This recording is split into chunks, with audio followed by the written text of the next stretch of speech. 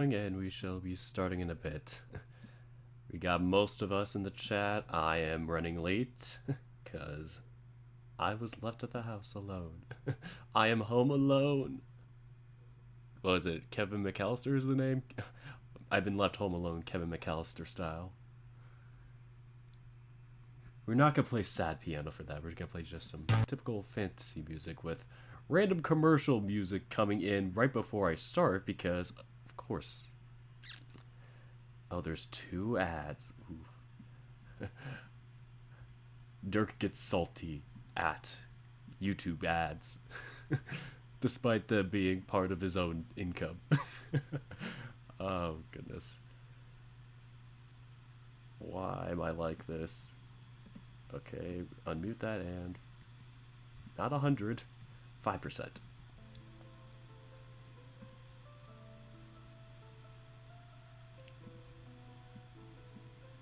Yeah, it should be working, and I should get things set up. Alright, y'all, I'm gonna join the chat and chaos will ensue. I'm not doing my intro as usual. Whatever. This is my second channel. We can do whatever. Fact Fiend. Check them out. They're hilarious. They're absolutely funny. But they had this thing about like after they had finished their article that they were reporting on, they were talking about ancient aliens, and they said, you know what it is? It's the fact that there's somebody, you know, the people, the kind of people who believe like aliens built the pyramids are the kind of people who are like, well, I can't figure out how they did it, so therefore it must be aliens because I'm the smartest person in the room, and if I can't figure it out, then that means nobody can. And it's just like, that is so fucking accurate, it hurts. Considering there's multiple historical facts and demonstrations on how they work, but sure. Yeah. You don't need to take an architecture class on it. Who cares? No, that's important. Aliens. And hi. Dirk's an alien. But how can it be aliens when they're already on the other side of the border? Oh, God. Yeah, I know, bad joke. I'm sorry. Oof. I mean, I get it, Please but don't it's fireball just my face. some people will just. Yeah. I don't have fireball. I know, that's why I'm making sure yeah. I'm saying that right now so Duff doesn't hear me. Duff's muted. He can't I hear know. shit. Duff can't hear how cute they are. Oh, God. Oh, no. Oh, goodness. I'm trying to shrink my window so it fits. Oh, heck. Oh, Man. Hank, Duff is such a cutie. Don't tell him that. That's why he's muted. Exactly, we can say whatever we want while they're muted. And they can't even hear us, too. Yes. But that doesn't mean that his chat can't hear us. Oh, his chat can hear us. Assuming he's live Oh, right now. probably not, because he's got the headphone mute thing where it's like you don't listen to what the chat's saying. So we're muted. So he can't hear us, we can't. Hazel in my chat is like, my cat and I are here ready to listen to the adventure, but they wrote like, the adventure. I'm reading that as like Seahawk from freaking what is it? She-Ra. She-Ra, the Princess of Power. Adventure. Adventure.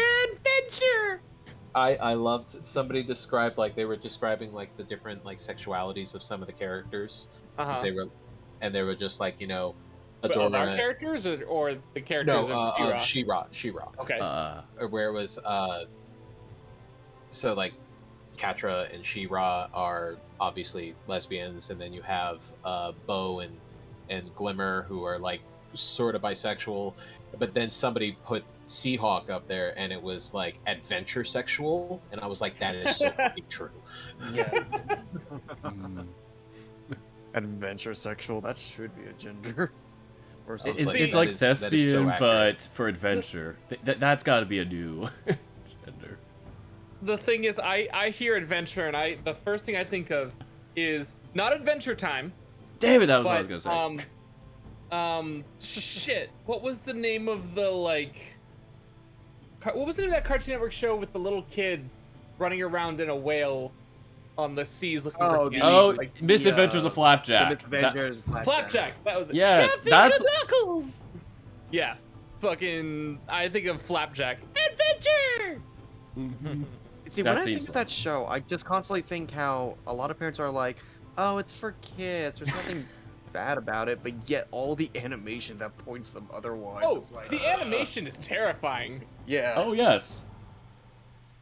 I think that was one of the first shows that made me realize that not every character is a unique voice actor, Yeah. because the Candyman is the same voice actor who did Dexter's dad. Oh Dexter's my goodness, I Lab. could see Yeah. that now. Oh, dude. Same. Wait. So that's I'm when I just was talking like, about- wait, why does he sound like Dexter's dad? That's when I started to realize. Yeah, but Anyway. it's just the animation of that show is just fucked Uh, up. So sad news. Raven is kind of inundated with some schoolwork at the moment. They have both a paper and finals are coming up apparently. And so joy. it's like, hey, school first. yes. This is all just fantasy BS. It's not as important as your education. So go. Yeah. Of course. So sadly, Raven will not be joining us tonight, but that's okay because we had a lot of Zier-centric stuff before. We can go ahead and put that character on the back burner for a bit. Zirgo Right. Zoomy Riding a again. mule. All right. And before we get started, I do want to just like stand up and get a little stretch because I've been sitting at my computer pretty much since like noon. So I had a stretch a little bit earlier because I realized I had done the exact same thing. Sat down at 11, looked up at like 5:45, and I was like, "Oh, I should probably get up." I should probably move. Yeah, I was just writing, and I was just like in the zone, so I didn't even think about it. I am gonna stand up and take a little stretchy, but I'll be back. Dana and a writing montage. Hello, Emma.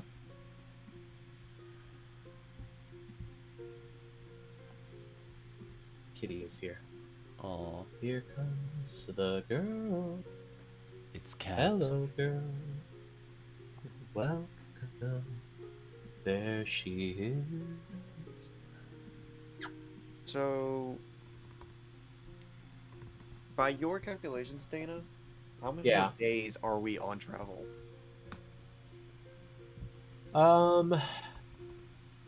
Adjusting the speeds, like I didn't want to draw attention to it, but like after adjusting speeds, you're probably about another, like you're probably at the halfway mark at this point.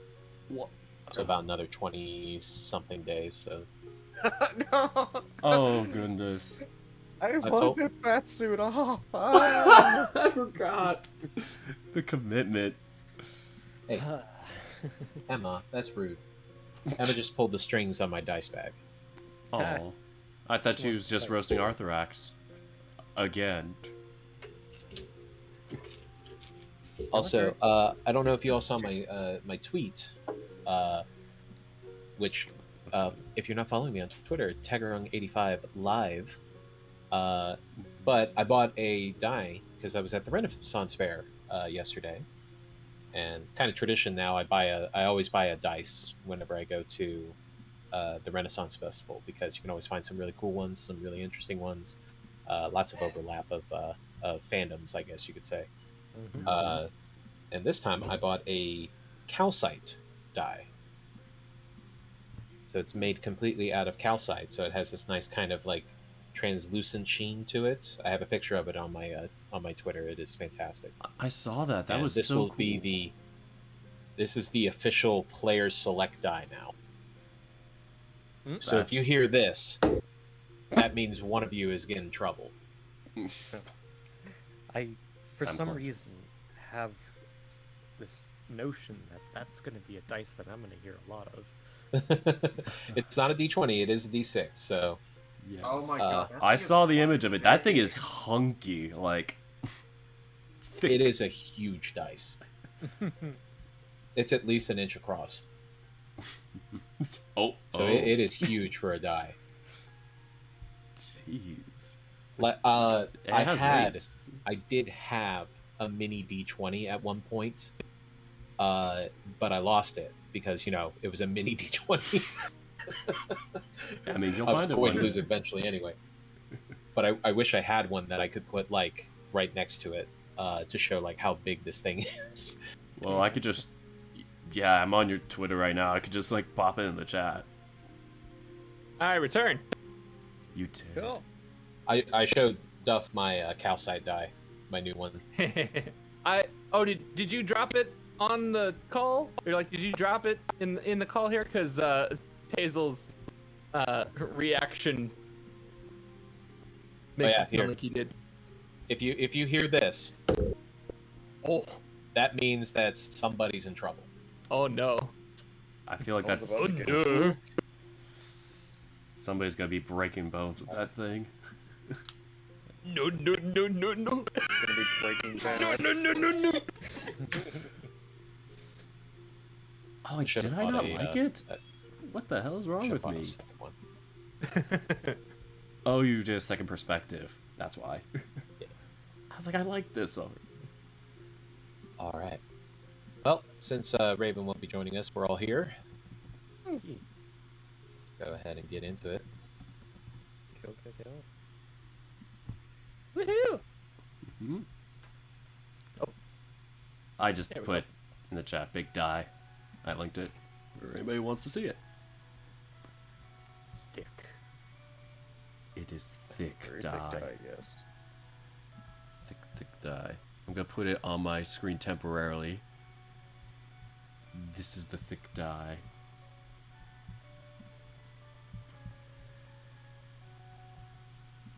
By the way, did you guys all see my my werewolf picture on Twitter? Yo, it's Yeah, I so did, actually. good. I Saw it was on Telegram. kind of jelly. Mhm. So I got that, I think, last year from Snoopcat. A year or two ago. I just wanted to get a picture because when I did the Exalta game, we played like exaggerated versions of ourselves. I Mhm. was a lunar, which meant that I could shapeshift. So I was obviously furry trash, and I made myself a werewolf otter. So yeah, I did that. And I always wanted to get that depicted, but I was always like, we always pulled it off. So Yo, okay, actually, Dana. yeah, Oh shoot, what was the name of that game? I watched like an hour-long documentary YouTube video today about like the history of this failed MMO. Shoot, let me check my let me check my history, my view history. The heck is it? Oh, where is it?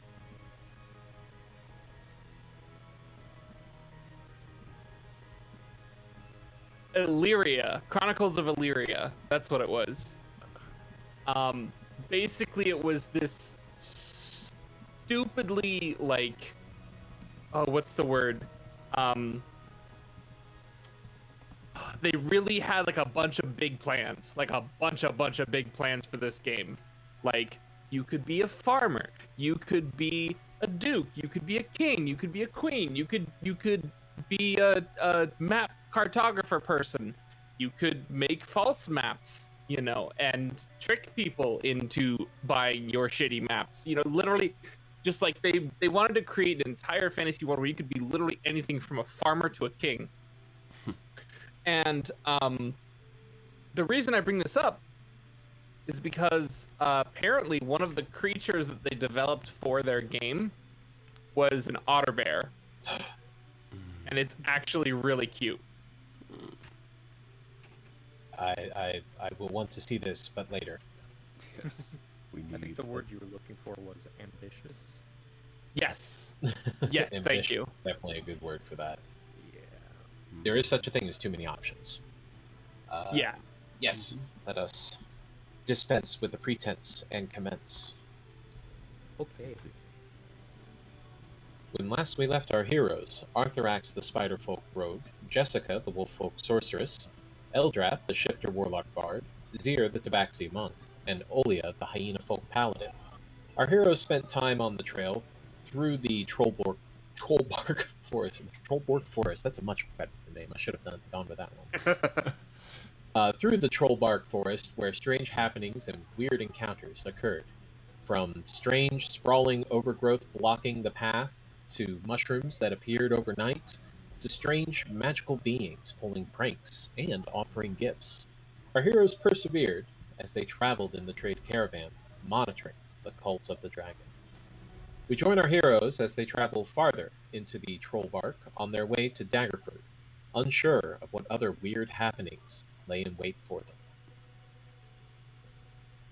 So, the night before, you all had a little bit of a respite of sorts after a busy day on the trail, sitting down with Crick and having a couple of drinks, and a belching contest ensued, which Birch won because Birch is the best.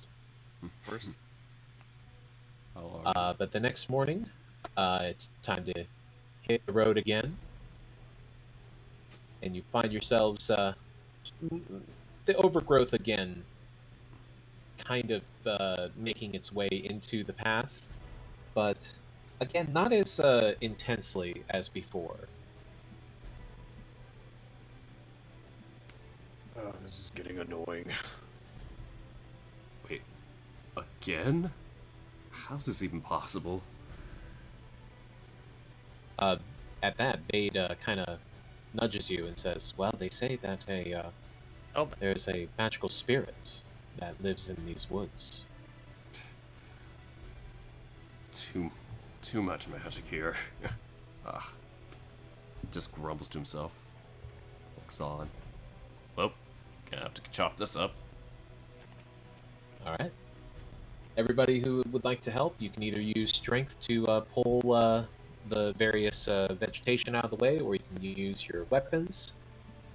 Zir is not going to be assisting because he is just a wee bit exhausted, as it turns out.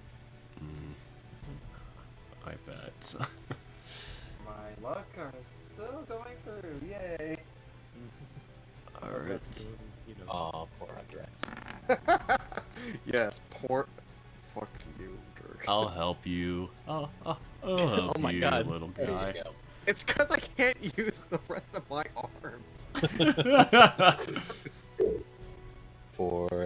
And Oak is able to clear out a good section.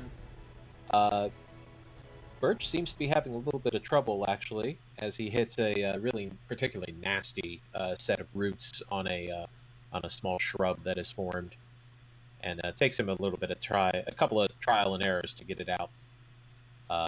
While Eldrath, I assume you are molder thinking. Probably send an Eldritch Blast at the tougher shrubs to get use. Oh, Just so blast shocked. them to smithereens. Yeah. All right. Let's see how well you guys reduced your travel time here. All right. So it's going to take you about 2 hours to get through all of the overgrowth.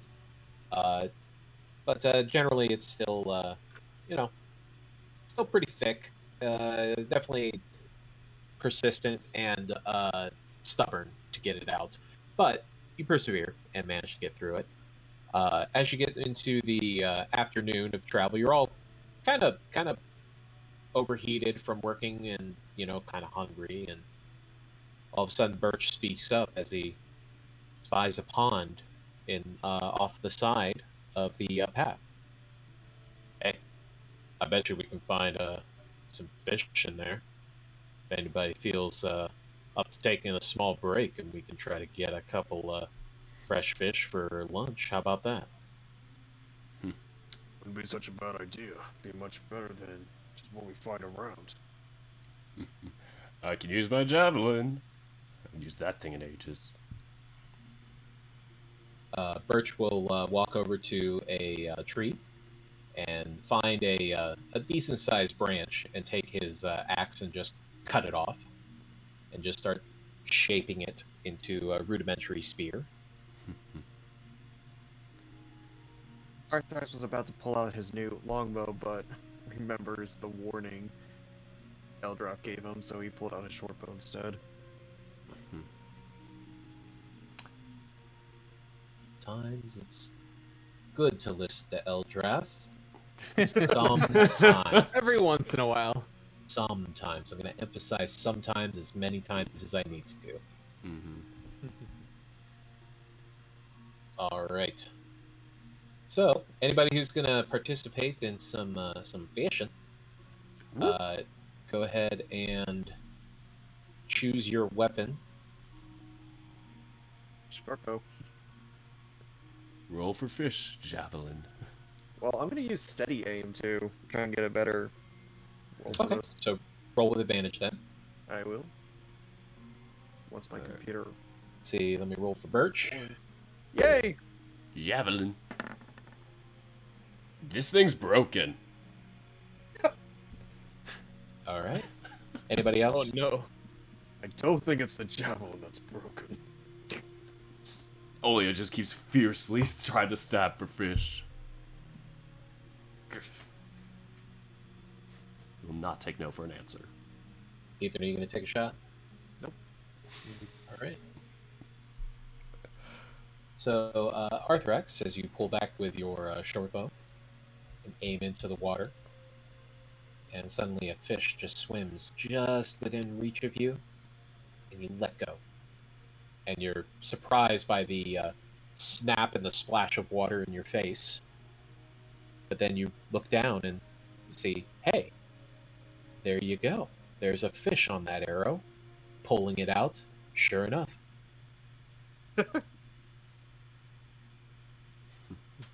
Birch, using his spear, is going to reach in and wait for a second. And then boom! Go hard with the spear, just bringing it in with a thrust and pulling it out with a fish on the end. Alright, Eldra. And then Ignore that, sorry. Olia, as he's standing on the edge of the water, holds back his javelin and huffs it as hard as he can into the water as a huge splash of water sprays against him. No. And the javelin just snaps in half as it hits a stone. Ugh. Oh no. No. This is terrible. Javelin. Oh, what else can I use to stab things? As he runs to the javelin, just holds the two broken pieces, just on his knees, just miserable with it. You know, you could use it as a stabbing stick. Whoa. I have 2 stabbing sticks. There you go. This Can I music roll the that they're javelin playing- again? Hold on. Out of character, but can I roll it as like 2 like stabby sticks now? Like now that it's broken. Well, actually, Hopeful, the tiefling, will seeing your lament and pain from the breaking of your javelin, will walk over and play on their lute, and the 2 pieces will go right back together and correct themselves. Oh, wait, whoa. There you go. Oh. Thanks. You're welcome. Just be a little more careful, okay? Right. Puts the javelin away. How else can I get these fish? Oh yeah, my hand crossbow. And he pulls out the hand There you go. crossbow and tries for that. So here we go. Birch looks over to Arthurax, says, "Bet you I can get more than you." Okay, if we're really gonna do this, what does the winner get? 5 gold on it. 5, why not 10? Roll persuasion. Oh, Hang not on, let me Olia. quickly switch that to normal so it's not advantage. I was gonna say, oh, Arthurax. Come on, what is with my computer today? Wow. If I knew this case, I would say 20. You convinced me. All right. 10 it is then. And he's going to go back to trying to catch another fish with his impromptu spear.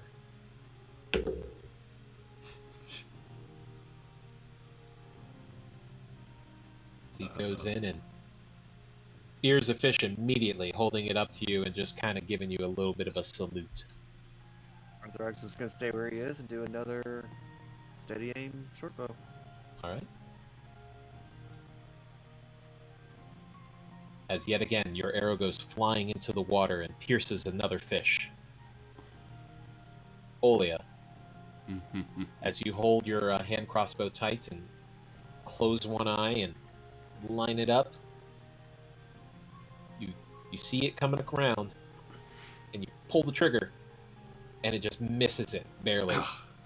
It seems the water is making it look like they're in a place where they're not actually, where they are not actually are. You know, like that refraction thing. I struggle with that. I'm sorry. Yes. It's okay. Science in my D&D? No. I've been in like a More huge likely than you think. I've been in a fantasy mode for the last like 6 hours, and I completely forgot science was a thing. Denied appearance. Well, Poor Olio. I don't think the water likes me. And he just, in defeat, just walks out and just heads back to the main camp. Oh. Don't give up, bud. Or I don't think I Arthrax could will just do quickly shout out to him. You know, Olio, when push comes to shove, even when it comes to fishing, you can always smite something for a better time. What? You want me to smite fish?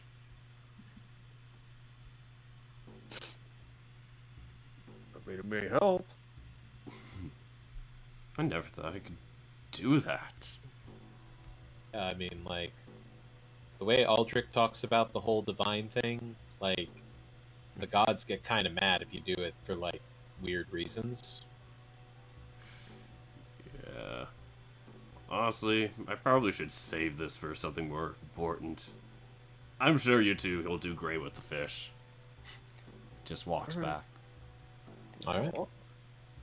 Birch just kind of shrugs and goes back and looking into the water. Arthrax will grabs- focus back on his next bow pull.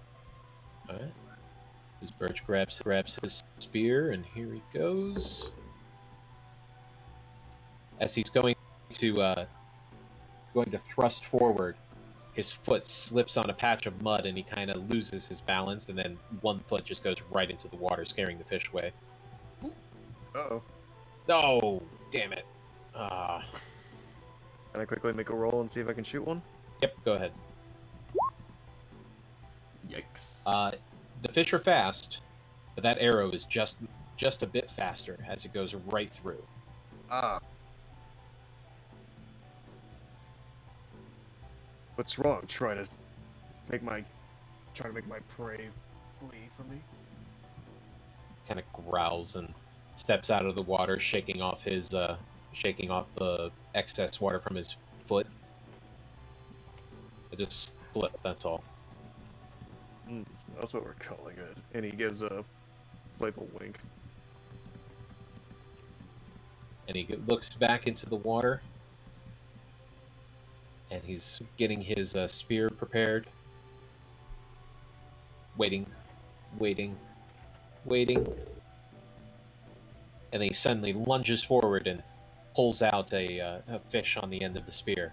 Got it. He'll fire another bow or another arrow. With ease as you pierce another one, as it flails and flops in the water.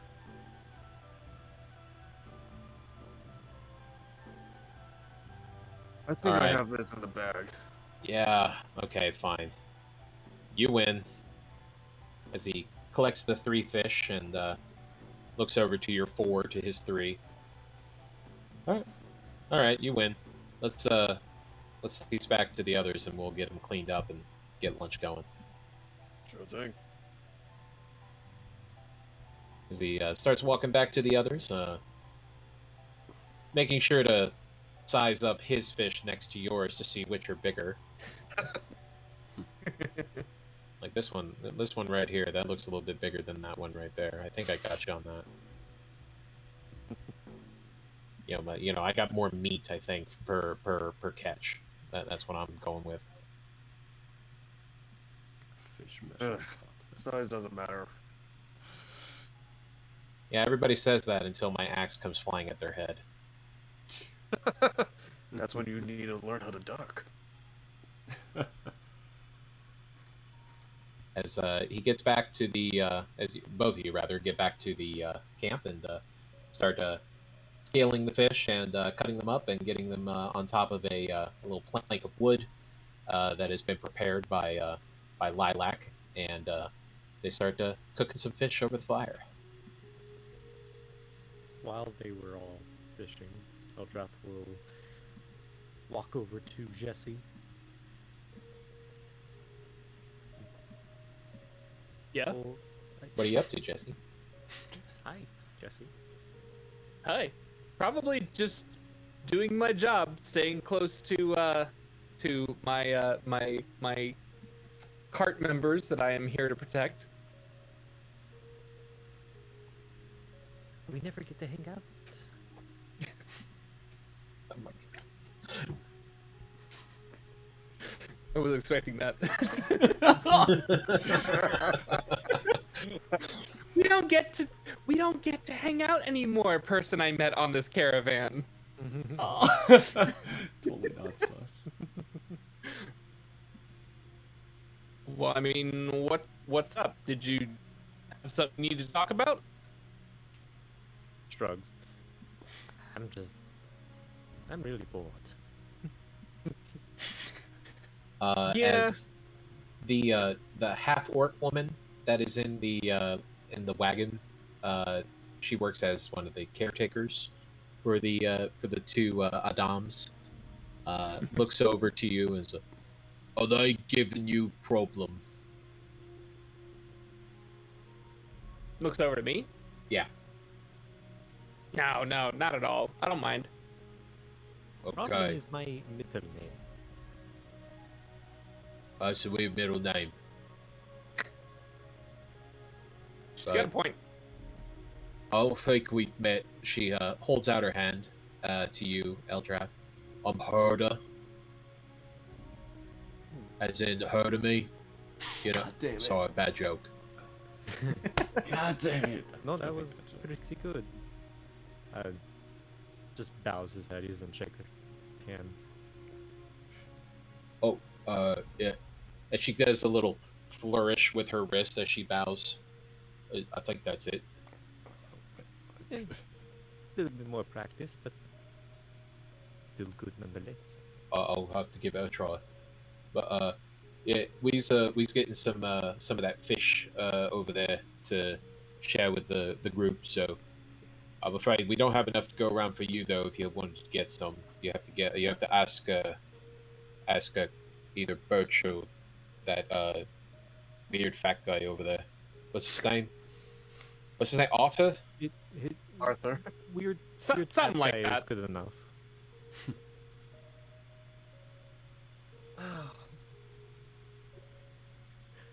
And I'm not particularly hungry. I have my little rations that I nibble on. If you insist, I'm gonna go get the rest of the food ready. Jesse, you let me know if you need anything. Jesse just kind of does a little two-fingered to the forehead salute, and You're so cool, you know that? thanks. As Samel and Marnella are just sitting outside of the wagon, looking around at the surrounding area and the pond. Look at this, my love. Look at this beautiful pond here. They see they kept the fish right here too. Oh yes, my husband. I see all that. If their eyes ever scan in the direction of Eldrath, he's just waving with a big smile.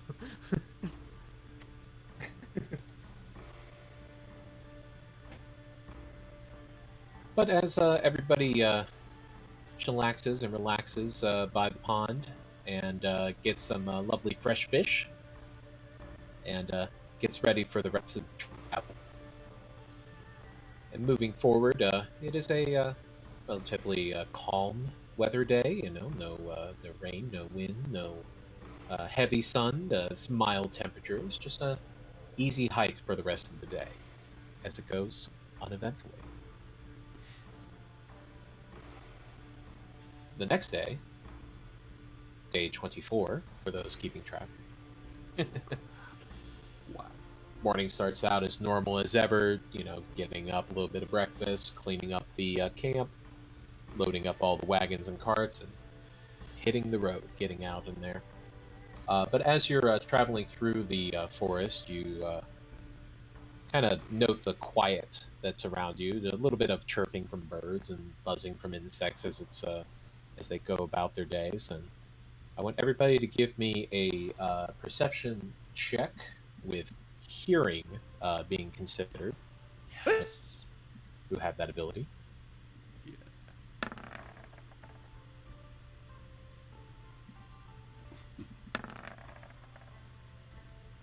What? Hey, my lucky day. That hearing came in handy, huh, Olia? These ears As it don't do turns out. that bad. Crick got a natural 1. Oh, no. He is drunk as hell, just in the back of the cart, That's minding for his own Crick. business. He chilling. Oak doesn't notice. Birch notices.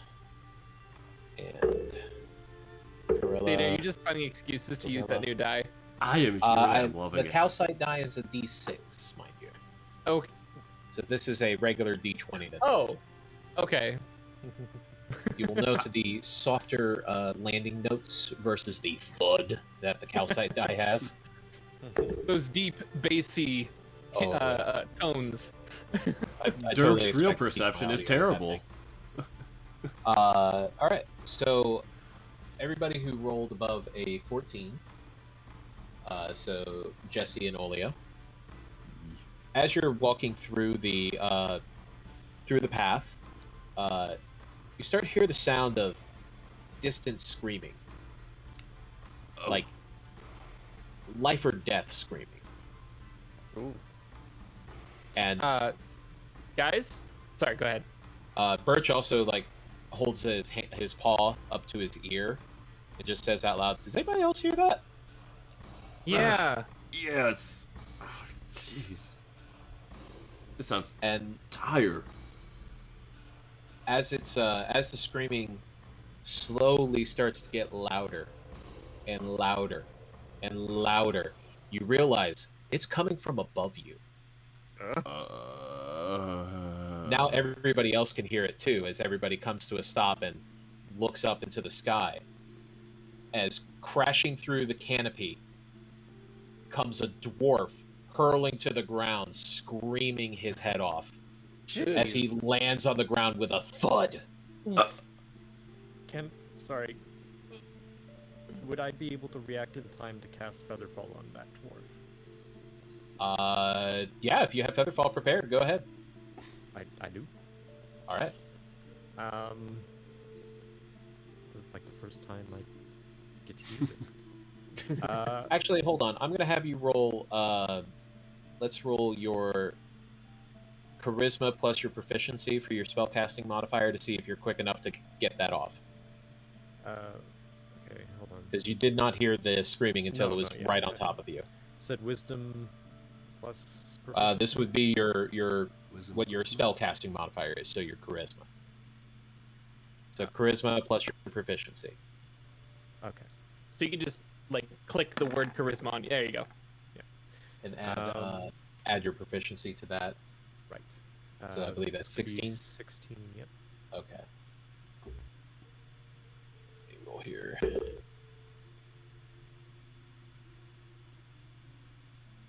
That is unfortunate.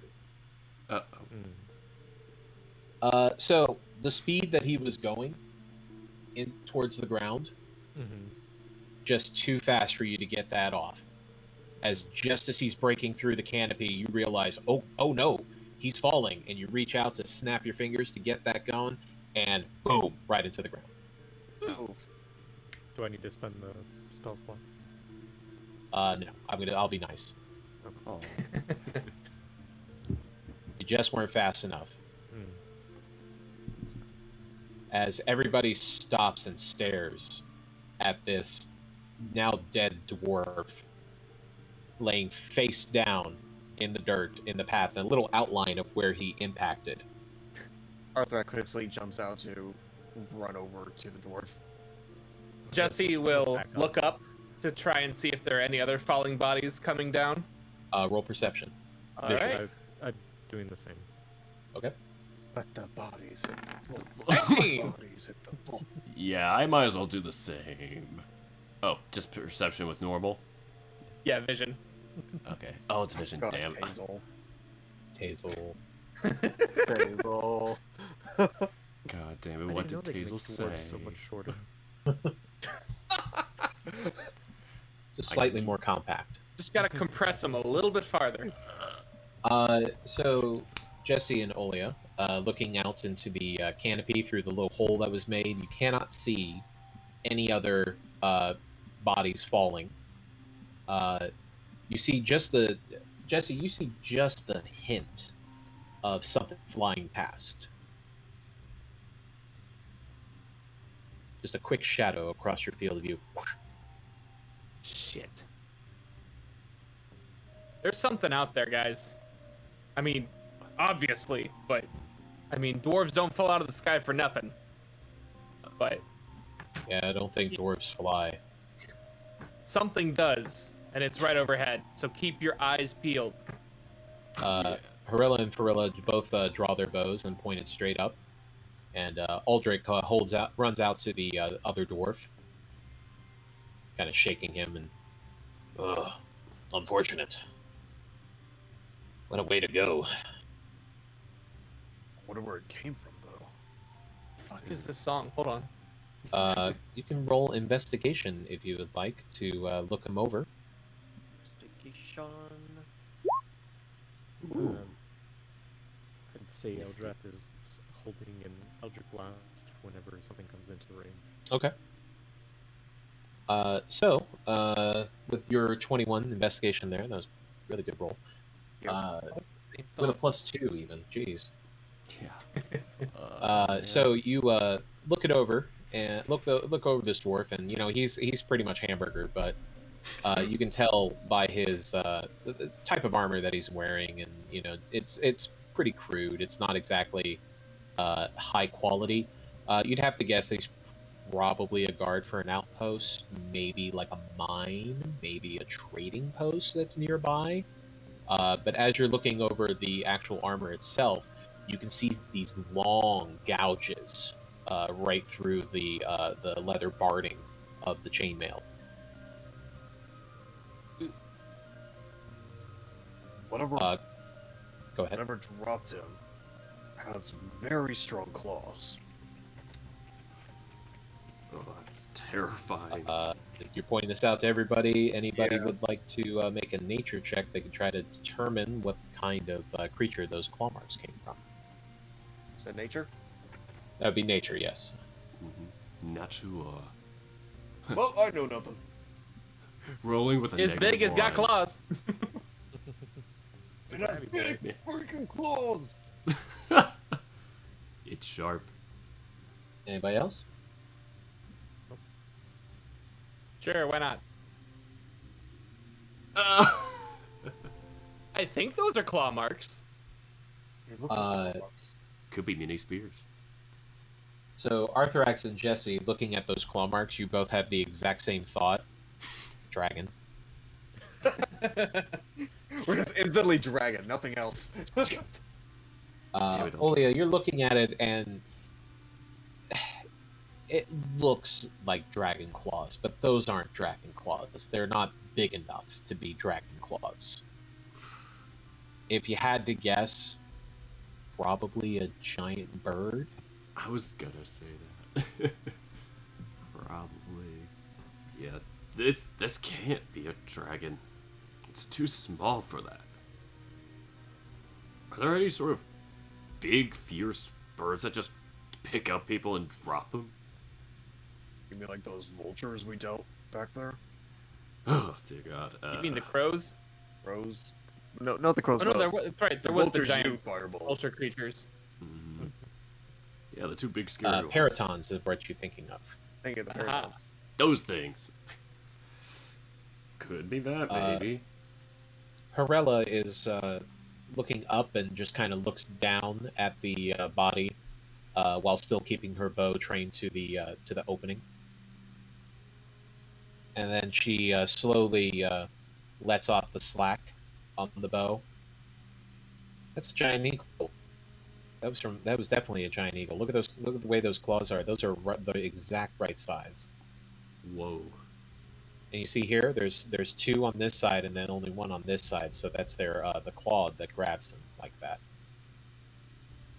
You got a point. Yeah. So I think what it looks like is that this guy probably came from one of the mountain mines, and a giant eagle picked him up and flew off with him. Probably heading back towards the troll claws, maybe. Oh, God. And that's just terrifying to be up in those heights and to have that happen to you. Yeah. Oh, you know what? He probably struggled. He probably just struggled and got himself loose, and didn't have a follow-up plan. What can you do when you're midair? I mean, well, flap your arms, I guess. but- Maybe not fight your way out of the claws. Well, I mean, the alternative is that you get flown back to the nest and you're food for some like giant egret babies. Yep. Fair. Like that's a lose-lose right there. Sounds to me like he chose his way out. Mhm. That's awful though. Well, Should we return the body or just leave it? where would it go? I don't know what post he's from. I mean,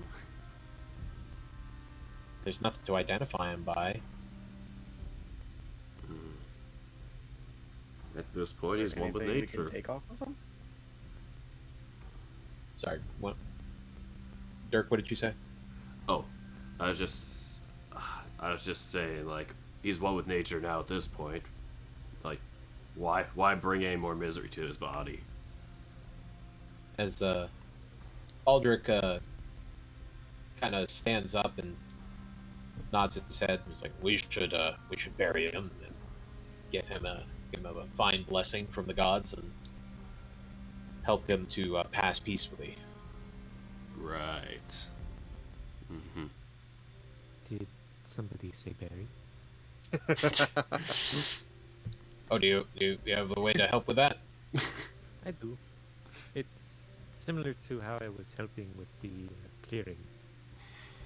Yes, I do it.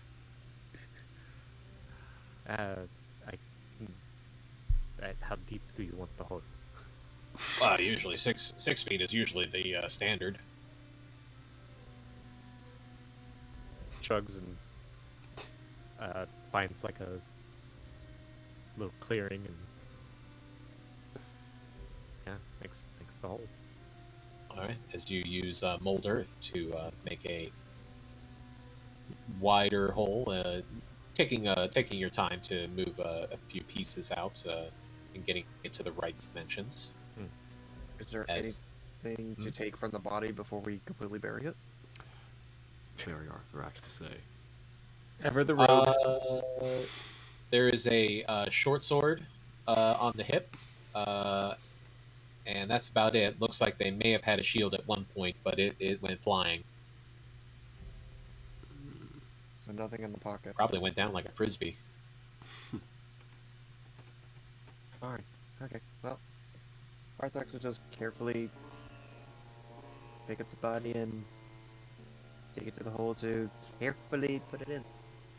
As Aldrich helps you, lifting him up and slowly placing him in. As he says a prayer in Dwarvish, commending the body to the soil and bidding their spirit ease of passage to the afterlife, and then nods to Eldrath to cover him up. And does so.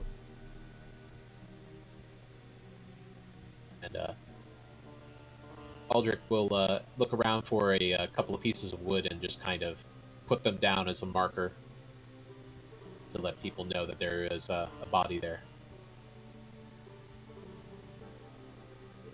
All right, well,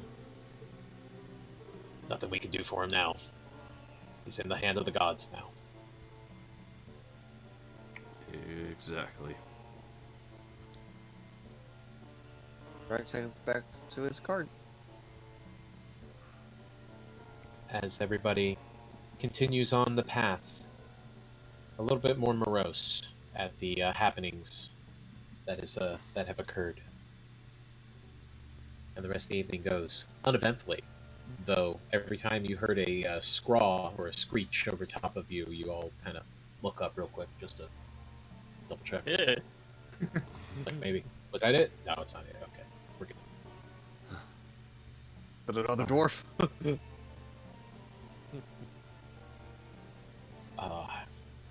See, the thing is that when I had you roll, I was just like, I'm gonna roll this d20, and we're just gonna have his passive stealth, just what his dexterity is, even though he's drawing attention to himself.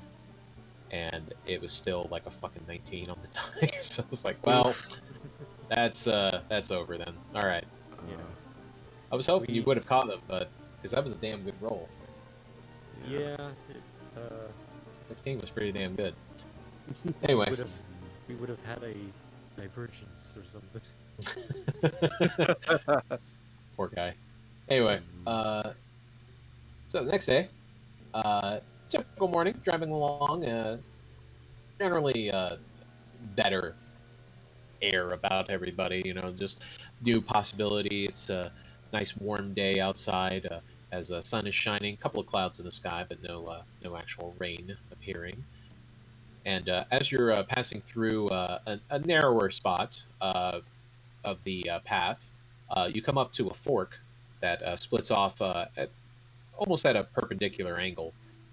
And sitting there is a stall made of, boards and dowels and such, with signs that says fresh fruit and vegetables, as laying around several baskets filled with all sorts of vegetables and fruits and herbs and berries. And there's a sign that reads in common, 1 copper a bunch, honesty is a virtue. Hmm. And there's no shopkeep. Nobody. Arthrax raises an eyebrow. As Fern pulls up in her cart with being pulled by her donkey, with Sleeping Crick in the background.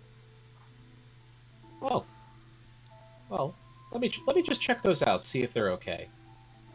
And Good she idea. gets up and looks them over, picks up a few vegetables, and just kind of turns them over and around. And wow, these are really fresh. Uh-oh. I think these are. I think these are brand new. I think they just got picked today. This is weird. What is No. it? Well, I mean, this is really good quality. I mean, I don't know. It just seems strange to find this out here, but it's as fresh can be. And she goes back to her cart and pulls out a couple of baskets that are empty, that have been emptied over the course of the travel. So, well, I can't pass up a deal like this. I mean, this is really good. And she starts to take out a couple of tomatoes and carrots and cabbages, some potatoes, a couple of mixed herbs, some parsnips as well, as she starts gathering them up and counts out 6 copper and tosses it into a box that's on top of the counter. I guess that's where it goes. And she goes to pull the baskets off, yelling to Crick to get his lazy ass up. Of course. As he kind of pops up out of the back of the cart and reaches over to grab a couple of the baskets. And as they pull them away, the copper in the box vanishes. Okay. Oh. And after the copper vanishes, the baskets that had vegetables in them that Fern had taken suddenly refill automatically with the exact same vegetables. As Fern looks down at the basket full of vegetables that she has in her arms, and back over to the basket where she got them, and then back down to the basket in her arms, and then back over to the basket on the ground.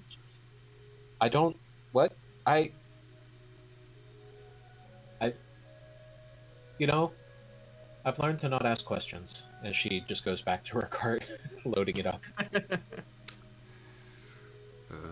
Okay. Lilac also steps forward, holding Zier's arm, as he looks over to the rest of you, is like, help.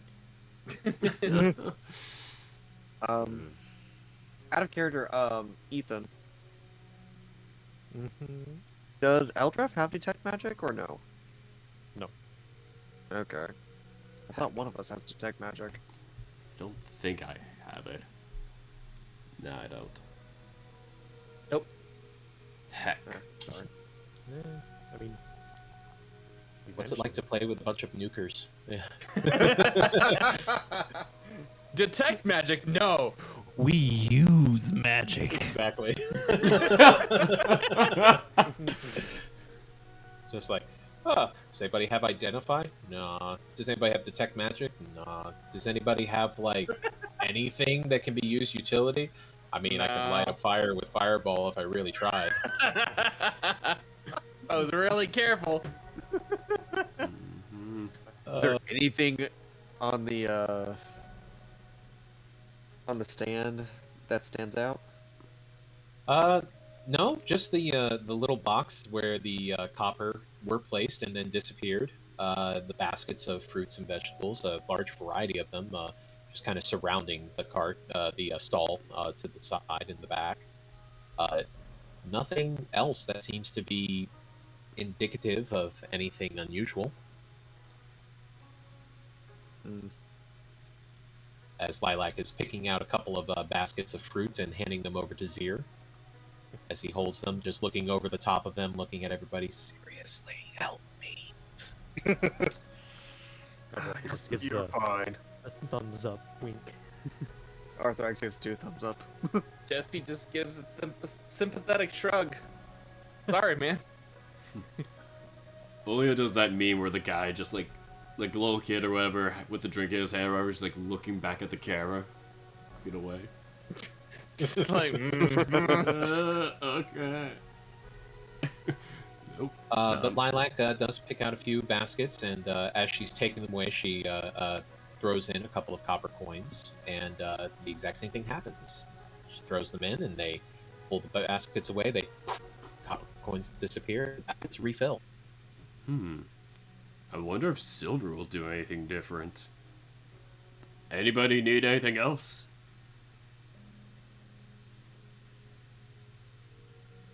Nope. Nope. All right.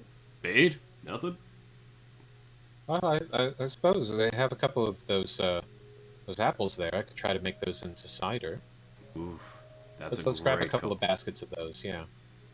You got it. And since I do not have a copper, the closest I'm gonna put in there is a silver. To see if All right. that How many will do baskets anything. do you take? How many baskets do I take? Oof. How many can I? I could probably only hold like 2 or 3 handfuls at one time, but if I do like a couple trips, I'll do 6. All right. So as you start taking away the baskets, the silver in the box disappears, and reappearing on the counter itself, all stacked neatly on top of each other, is 4 copper coins. What? Well. Keep the change? As he just holds his hand out to like just kind of just stay there. The coins. Like wondering what will happen next. Then he just takes his baskets of apples back to Maid. This thing Quite does interesting. change. It did change. Like it made. Yes. Like, He looks I over put at a the. Huh. That's very odd. God damn it, Hazel. And Arthurax, Lai, hops down from his wagon and walks over to the stall. And looking around, he just sees a couple of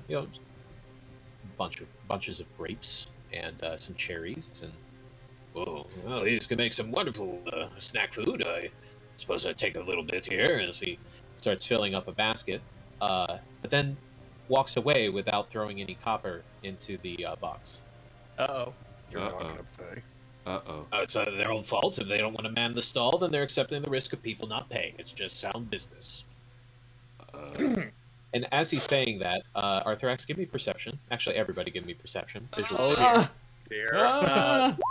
What based? Vision based? visual base, yeah. Crap. Shit. Oh no, Jesse! Jesse! I mean, I'm just watching this happen. I'm not in any danger. Same. How come I'm critical. rolling good perception today? Oh no. This ain't All normal. right. So, Olia, your eyes just go wide as you watch two vines just grow out of the basket of grapes and the basket of cherries that are all around the stall, and reach forward and grab the fruit that is in the basket that Laya took and takes them back and puts them back in the basket. Oh, What? Wait a minute. That's not what? I think it's trying to keep you honest there, buddy. That's not. Like, That's not fair. There's nobody here to man the stall. That's if they don't. No, if they want to make their money, they should be here. They should not just leave it out from. They're just asking for it to be taken. I think the vines are managing it. I think they're asking for 1 copper a bunch. Mm-hmm. My copper. I earned it. I shouldn't have to. As he reaches over to grab an apple out of one of the baskets, and a vine pops out of the basket and slaps his hand. No. Eldrath is laughing at him now. Well, that's just Right. rude, isn't it? Arthur went to chuckle a bit. Fine. As he, looking over, he sees the 4 coins that Olia had left as change on top of the counter.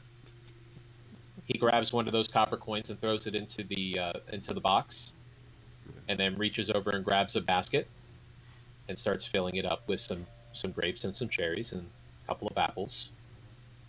And he starts to pull it away. And suddenly the vines reach out of the baskets and grab them and pull them back, and the copper coin gets spat out of the box and hits him right in the head. Ah! I think they specifically want your copper lie. Eldrath is rolling on the floor laughing. Lai is just red-faced right now. Just absolutely embarrassed. Not wanting to admit defeat. Well, that's perfectly good money as well. He said that they didn't need the change, so I don't see what the difference is. Well, it seems they're gonna know the difference.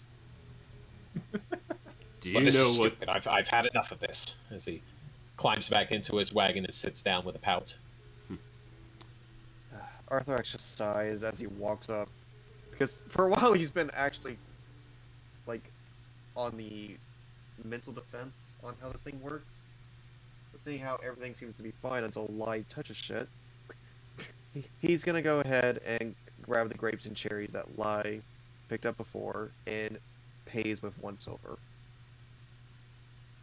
Right? And as you take the basket away, the silver disappears, and a separate stack of change, 9 copper pieces, all neatly stacked, appears on top of the counter. He'll take 4 of the copper and leave the rest as he heads back to his wagon and puts the basket in. Well, now you've overpaid. That's your fault. Well, it's Got you honesty. your snack, so it's worth it. Thank you. As he goes and plucks a grape and takes a bite. Oh, this is good. Very fresh. And then goes and takes another one and takes another bite. As Fern and Lilac get their items stowed away and mount back up onto their carts and look over to everybody else and just give the thumbs up. They're ready to go. If anybody else wants anything from the cart, otherwise, we'll move on. I'm good. We are good. All right. As everybody moves forward. So coming to the evening, as everybody is resting up and getting everything set up, Lai walks over to... Oh, I heard a doggy. Oh, that was me coughing. Oh, okay. Well, technically I did hear a doggy then. Yes, you did. All right. As Lai walks over to Arthurax, where all the other, with everybody else gather around, and could I speak with you for a moment? Sure. He Thank you. As he sets the food down and follows. leads you over back towards his wagon. I wanted to say that you showed great grace and kindness there, and I did not say thank you, and I don't mean to be rude, so thank you very much. I appreciate you. He chuckles. It's not a problem. I just didn't want to lose face in front of all the others, more than I already had. He understands as he nods his head. No, I quite understand. You have your reasons, and when it just turns out that it just didn't work that way, just things happen. Yes, well, I'm giving you a little bit of a bump for that to repay the cost, of course, but it is my responsibility to make sure that you are fed, not the other way around. So, as a point of pride, I will reimburse you for that. Well, thank you. As he holds out his hand, says, "You're a good man, Arthurax." He holds his out to shake. He shakes your hand, gives you a firm nod, and then walks back to his tent to his wagon to climb in and get ready for bed. He returns to the others. So as you are all sitting around eating, Zir just suddenly appears, coming out of the woods behind you. Is she gone? Yes, she's gone. Okay. Good, bud? Yeah, she's just, clingy. Mm-hmm. It's a little weird. She wants lessons. Said something about flexibility. Oh. So I've been trying to help her stretch out her legs a little bit more, and showing her some good stances that can help build the lower muscles and everything. I don't know what she needs flexibility for. Maybe she just needs to stretch her legs out from the cart or something.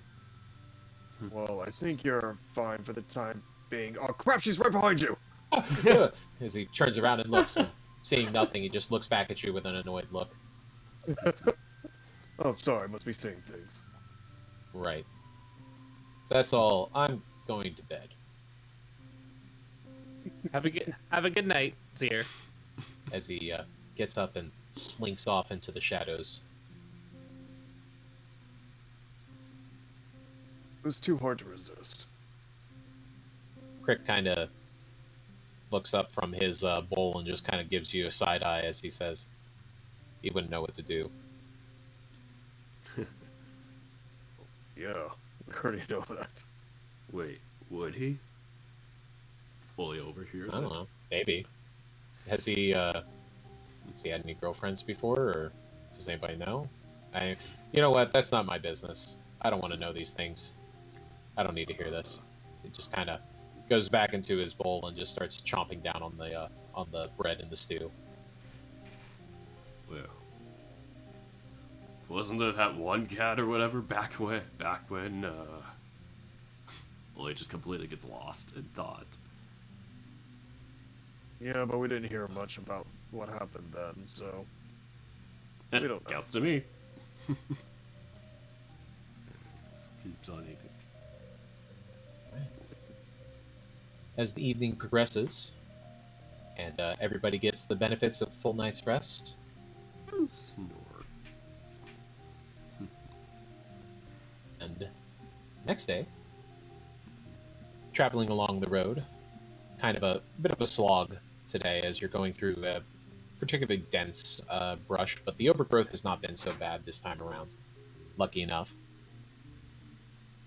But as you are moving forward, I need everybody to give me a perception check, visual based. Heck.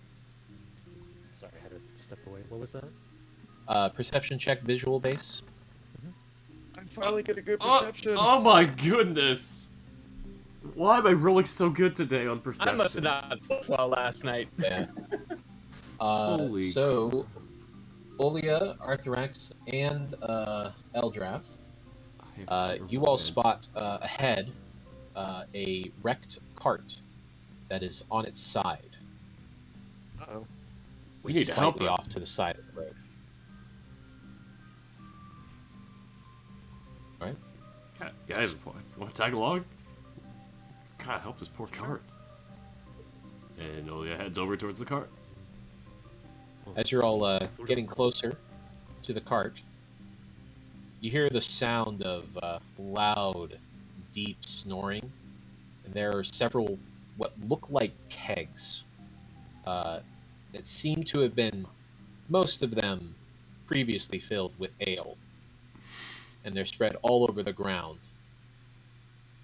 And then right behind the cart, you can just see the feet and the legs and the very bottom part of the gut of a troll just sleeping on the other side of the cart.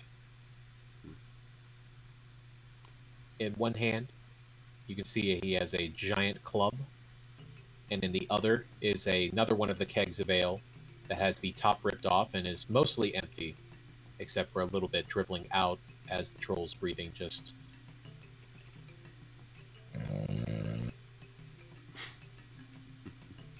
Eldrath will whisper over to Arthrax.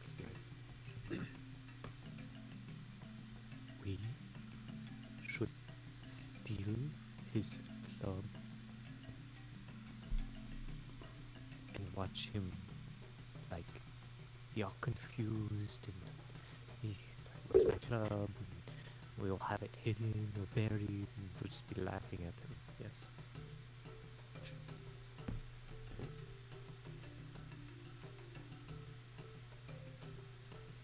You're the one that's stronger than me, that's why I'm asking.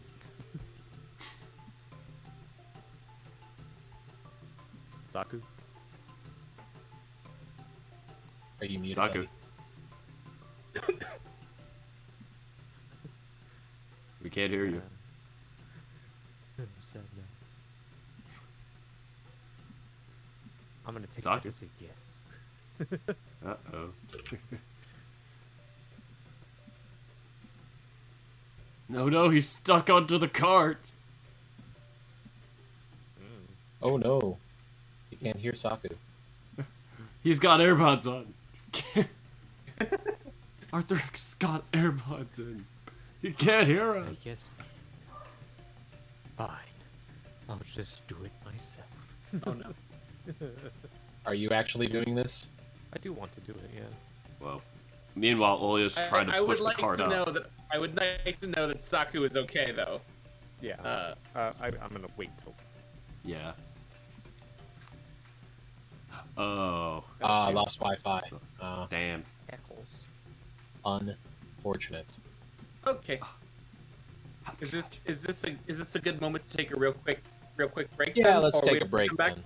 All We'll right. take a break and let Saku get the Wi-Fi situation sorted. All right, Yeah, I need to guys, we'll be quickly right back. Don't go anywhere. Take a little break here. We'll be right back. I need to take my Everybody dog out. hang tight.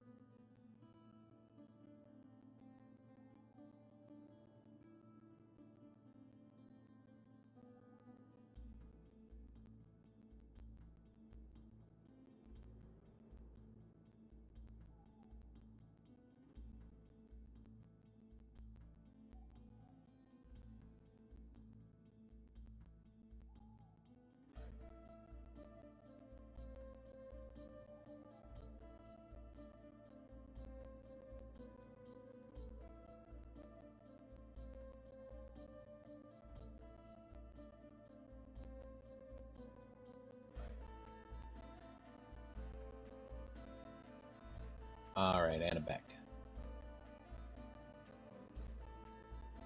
Oh, I'm I moving. return as well. Oh, there you are. I was gonna go get food, but turns out my roommate was heating up the oven to make us a pizza. Hey, So, yay, timing. I had not eaten very well today. I don't think, because I did skip lunch. So far, all I've had today is like a quarter of a bottle of Clear American, blackberry lemonade flavor, which actually is very good, and a slice of Reese's ice cream pie. That's not. Yeah. I didn't do much better, I guess. And I had my usual morning coffee with lots of creamer. I don't know how to cook and food. Not good at this. Yeah, I did have morning coffee as well, and I had two cinnamon buns, pumpkin spice flavor, Ooh. Pillsbury. Oh wait, there's a pumpkin spice Pillsbury cinnamon roll. Yeah, it was delicious. I'm surprised Cinnabon doesn't do a pumpkin spice cinnamon roll. That'd be really good. Is that a Saku I hear? It is. Yeah, I'm trying to get back in, but Okay. yeah, computer's being stupid. Take your time. Well, also my Wi-Fi just decided to die, so that's always fun. These things, they happen. It's alright. All you gotta do is say yes. Well, I was saying yes already. Oh, No, actually. Wow! Yeah, I You was really trying want to. to mess with the troll? I was trying to say that yes, even taking the club would be easier for if they want to try attacking us because they wouldn't have something to fight with. But otherwise, yes, let's take it and confuse them.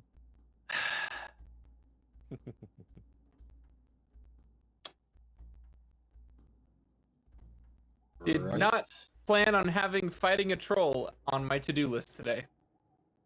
Arthrex and Eldrath are being did buddy I. buddies. It's like, oh, here's this thing that can actually like really kill us. Let's fuck with it. Just so you know, in case you weren't aware, a troll is a CR5 enemy. But a CR1 without the club. Wait, what is CR? Challenge rating. Oh. Oh. So to put it in perspective, a wolf, a single wolf, is I believe 1/4 CR. Oh. Oh. So and a dire wolf is something like 2 or 3 CR. So 5 is like a high Troll point. is actually a kind of a problem.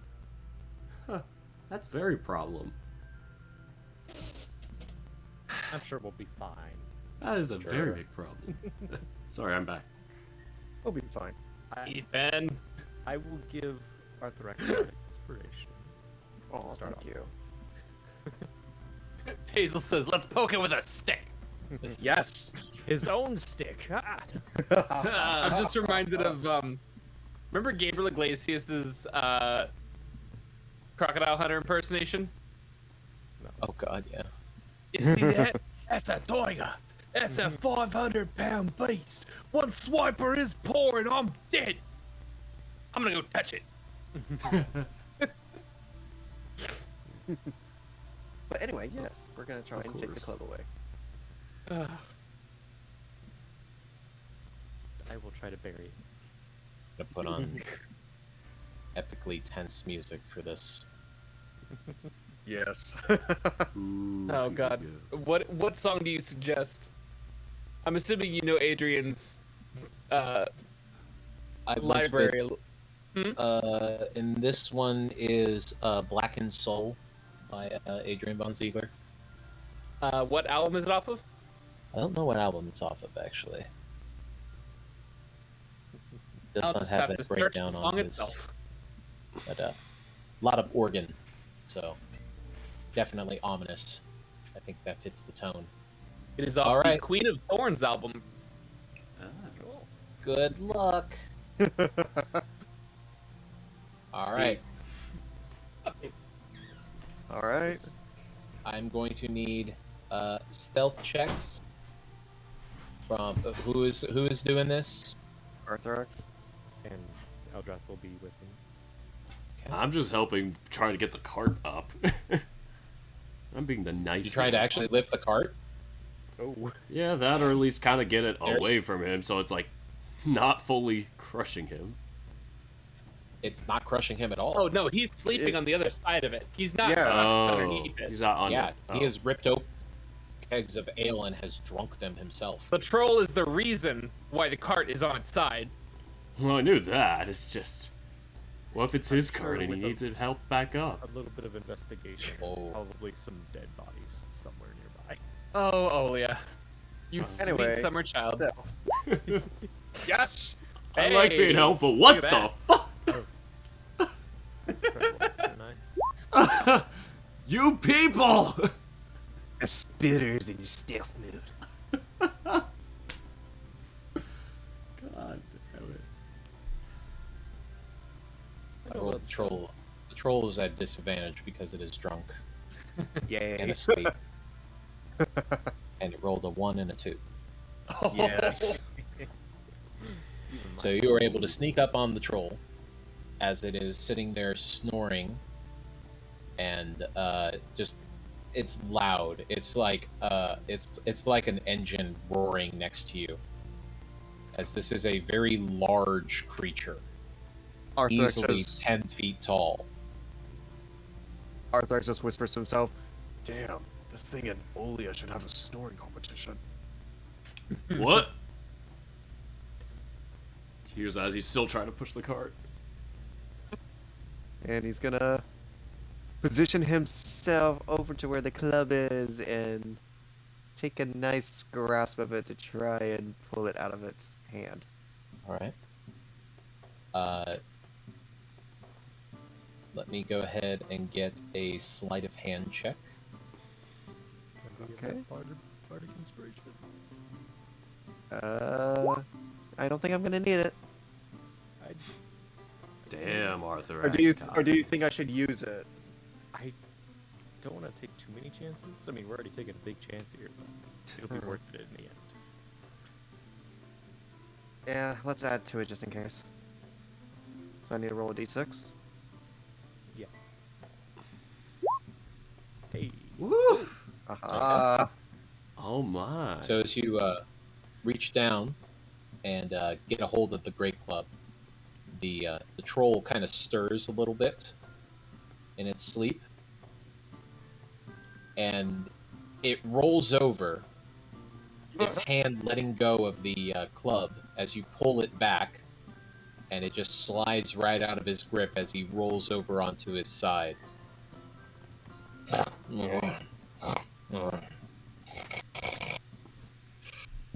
And he will sneak with a fucking club in his hands. All right. As you are starting to move away, all of a sudden the troll lets out there's a little gurgle noise coming from its stomach, and then the loudest, wettest, nastiest fart erupts from the troll. I need everybody to roll Constitution saving throw. Olia, because you are a hyena folk, you have advantage because you have resistance to poisons. Yee. Constitution saving Oh, throw. thank God. Constitution save. Oh, shit. Oh, thank goodness. Oh, yay, advantage. Hooray for it. Jesse, Oh, everyone. it is a large radius. I was gonna Oh, say I God. wasn't sure how far the The blast radius is large.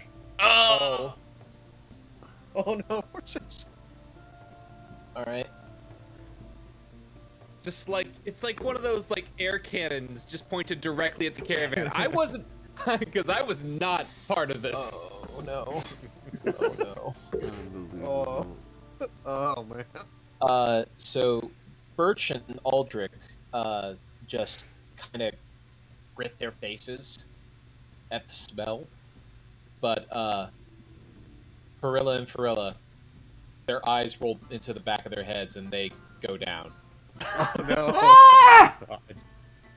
And as Aldrich kind of picks them up and starts moving them towards one of the wagons to kind of load them in, Crick, his nose just hits the air, and you can just see the look on his face as he just goes over the edge of the cart, and you can hear the retching as he just starts. Oh no. He just starts going.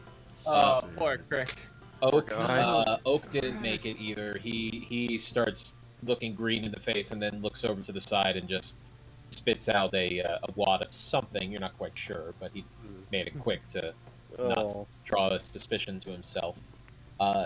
Jessica unfortunately fails their Constitution save. You are now under the poisoned condition, Joy. as the smell is absolutely awful, rancid, disgusting, absolutely the most foul, fermented smell you've ever smelled in your life. It is beer farts times a million. Ugh. I think it's just so fucking funny that Jessica's the one that's getting the fucking. Wolf nose. As Olia, who is secretly a hyena folk that you guys know, but is disguised currently as dog folk, just kind of wrinkles his nose a little bit, but is otherwise fine. As Eldrath and Arthrax both get their clothing up over their nose, trying to cover the smell to avoid the worst of the blast. It's not really a big, issue. It's the poisoned effect, not poison damage. Oh, okay. Sorry. I was Yeah. just mixed up. Yeah. Okay. As Ultra, open up something now so we can put this in. Yeah, I mean, how far away are we from the troll? I mean, you are right next to him currently. You have not moved away. Just check. Molder's is only somatic, so could I do it quietly enough to dig a 10-foot hole? How long is the club itself? I mean, it's about 5 feet long. It's basically a tree limb. Yeah, then a 10-foot hole, and then slide the club in there and build it back up. Slides it in. All right. Go ahead and roll stealth. Both of us? Just Eldrath. 18. Yay. All right. Nice. As the troll just kind of shuffles in his sleep a little bit and just lets out another little small. Oh, come on. He just rolls back into his sleep and just goes right back to dreamland. Aldreth looks back to the caravan with 2 thumbs up, shaking his head. Everybody is just staring at you and Arthrax right now. Just daggers. And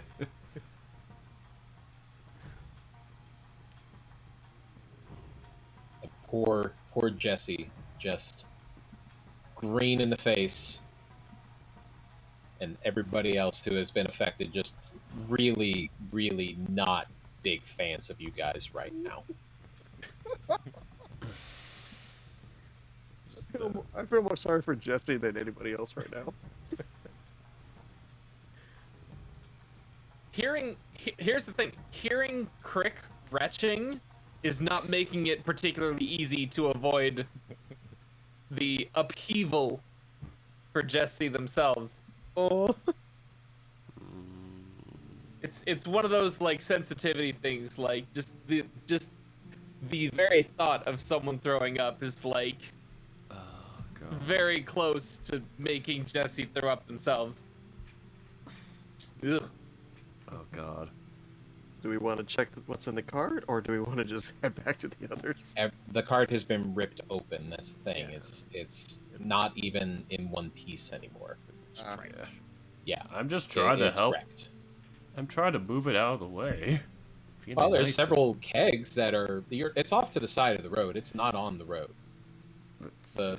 the troll had apparently dragged it over and ripped it open to get to the ale inside, Jesus. Okay. and just started drinking. We can't really pass this troll because I mean he's still right next to the road, right? He's next to the road, off to the side. He's not blocking the path. Still, we have an entire caravan. I don't know if Yeah. that's gonna be quiet. Yeah, You I'm not can- sure if it'll fit. I mean, you will be able to roll stealth as well. Everybody else has to too. So if you want to try to roll past him, he doesn't seem to be waking up as far as you can tell. Gonna whisper to Arthrax. I would rather have the element of surprise on our side if we, well, have to confront this thing. Agreed. Hopefully that blast is not his attack or anything.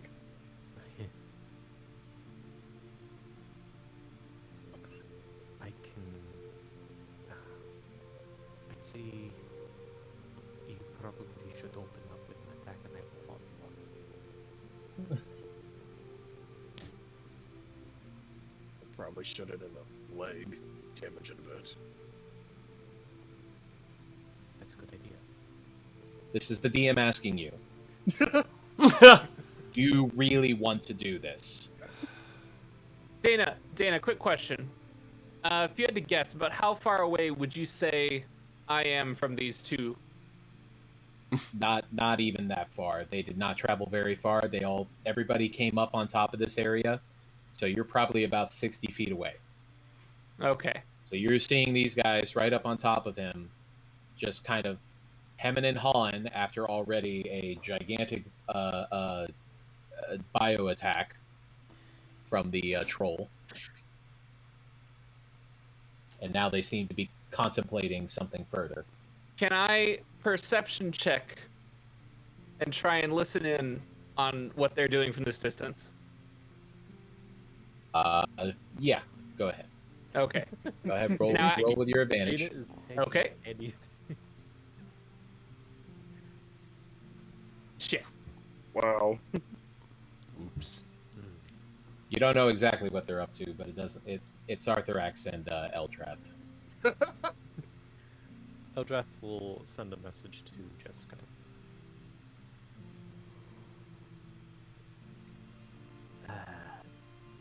So, I think we should kill this thing.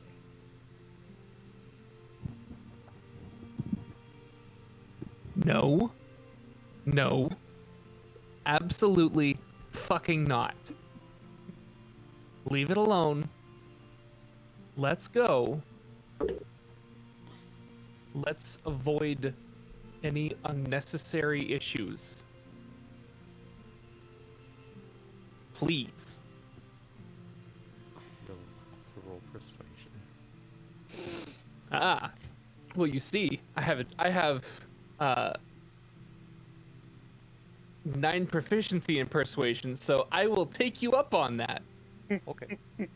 Oh, wow. 21.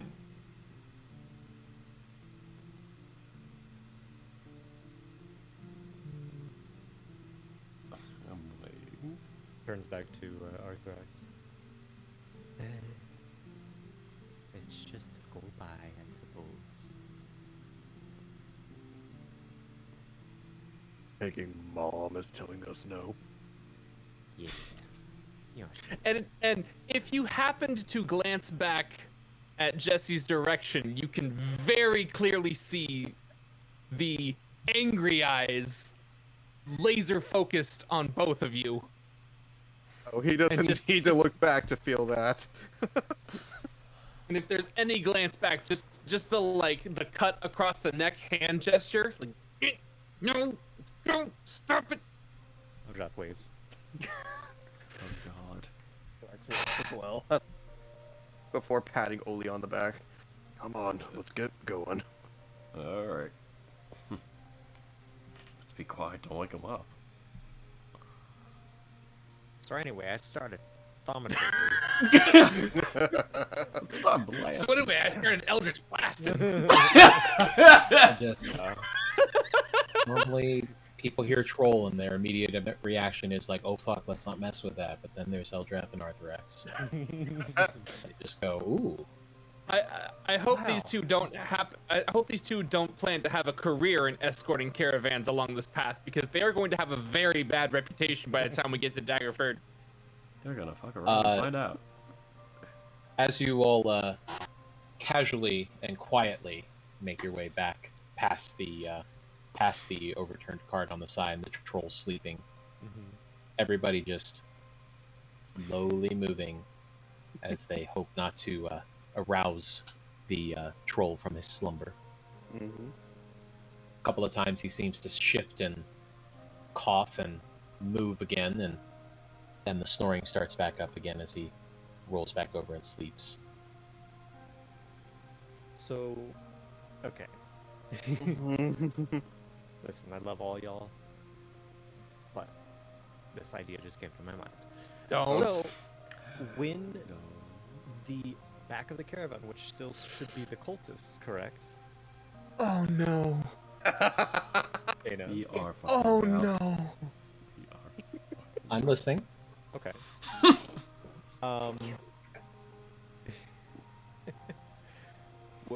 When they're the ones that are just crossing, and I will cast message again, but towards the troll, and I will tell Roll it- sleight of hand for me. My Okay. God. I'm already loving this plan. Probably gonna go bad at it, but I'm loving it. So as you start moving your hands to do the to cast message, you feel a giant bear paw land on your shoulder Oh, as Birch leans down and whispers in your ear, "Don't, Don't what? don't move." I need to move to live. I don't understand. Let's see.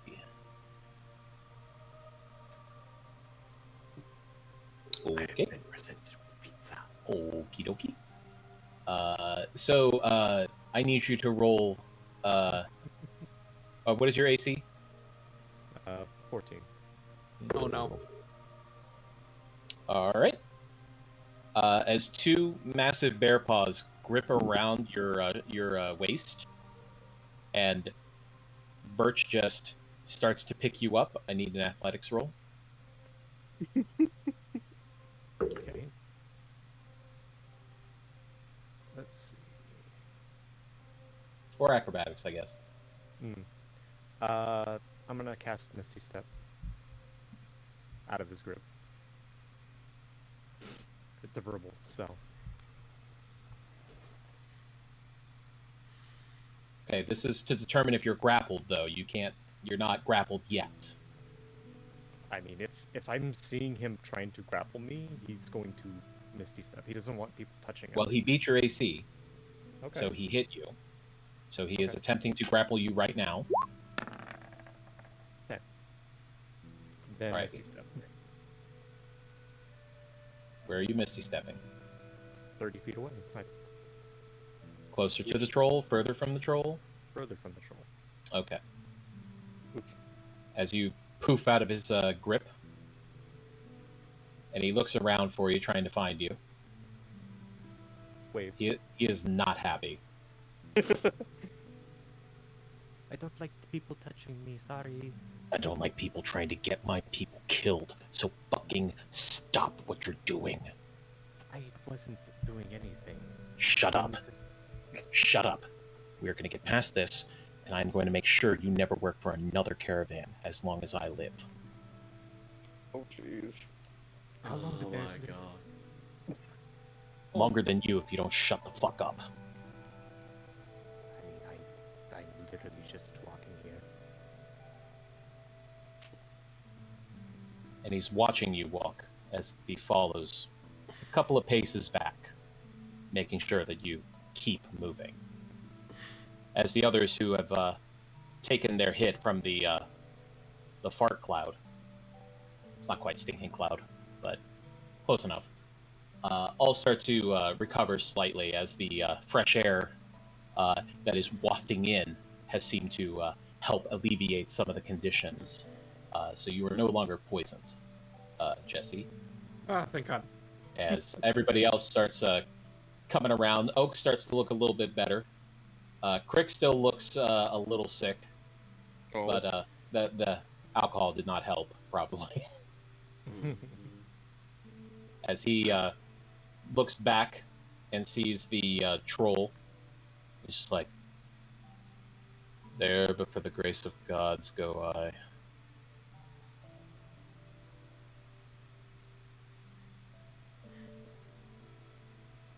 Okay. The rest of you travel along.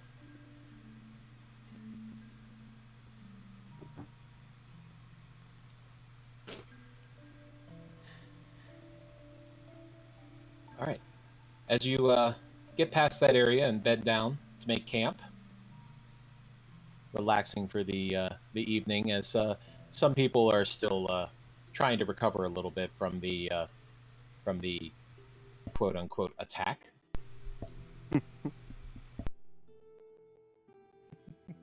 Arthrox walks up to Jess and goes, "Well, that went well."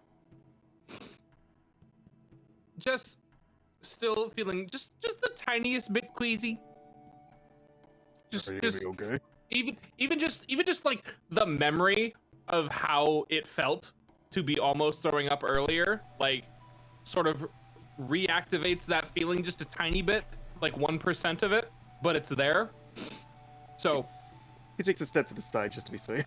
So Jesse just sort of like stares, not necessarily daggers anymore, but stares butter knives. He waves. Just, I don't know what you and Eldrath are thinking you could take on that thing. But I mean, and whatever the fuck Eldrath was doing after the fact, like, with holy shit. But yes, what is it? it wasn't gonna be that bad. I mean, we got rid of its club. It's still a 10-foot. Sorry, I'm eating pizza. As Jesse is eating some of the food for the evening. Yeah, trying to settle the stomach. It's still a fucking 10-foot troll, dude. Take out the legs to be shorter. Oh my god. Oh. And what? You were gonna chop its leg off with your crossbow? I got a sword. Eldrath has its blast. We have your fireball. Oh, don't get her. The point You don't is- know, do you? Pure. No, I just looked at the trolls sheet. I mean, yeah, that regen's kind of shitty, but I should probably look at this troll sheet as well. No, don't look up stat blocks. You're not supposed to do that. Uh, That's meta knowledge. You're not supposed to do that. True. Ooh. Oh, I guess I should close 5e tools then. Sorry. so Just don't look up monster stat blocks. That's Okay. just, you know. Well, I'm also unfamiliar with a lot of monsters, so it's kind of instinctual for me to go do some research real quick. So that's my bad. That's fair. So we would have been fine. We had plenty of stuff to fight it. You don't know that. And we are supposed to be keeping a low profile. Angering a troll is not low profile.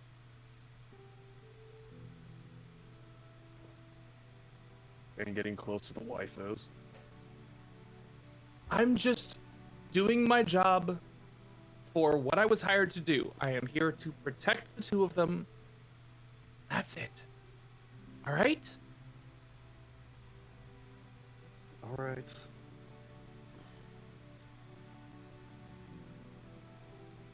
As the night goes on, Crick is walking about, just kind of stretching his legs out and trying to clear his mind a little bit, perhaps, and stops by your group. Just says, "Hey, Nice night, huh? How are you feeling? Good. How are you feeling? He just kind of looks down. Shit. Is he sober? Oh my god. I Have you had a drink yet? no, I kind of ran out. My flask went dry this afternoon. Right before that whole thing with the troll. I was just coming wondering by if anybody had like a couple of spare silver that I could go over to Bates Card and get some wine, maybe. You know, just I owe it to you. You know. Tell you what, here, have a gold or two on me. Don't even worry about paying it back, man. It's all right. You're doing a lot for the caravan, and we appreciate you being here. Roll insight. Oh. Okay. Oh. Many insights. As he holds out his hand for the gold and you pass it over to him, you note a hint of blush coming through his white fur. Oh.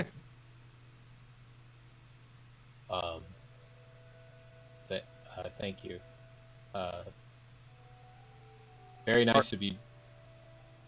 Arthrax also gives him a gold as well. Wow, you guys are nice.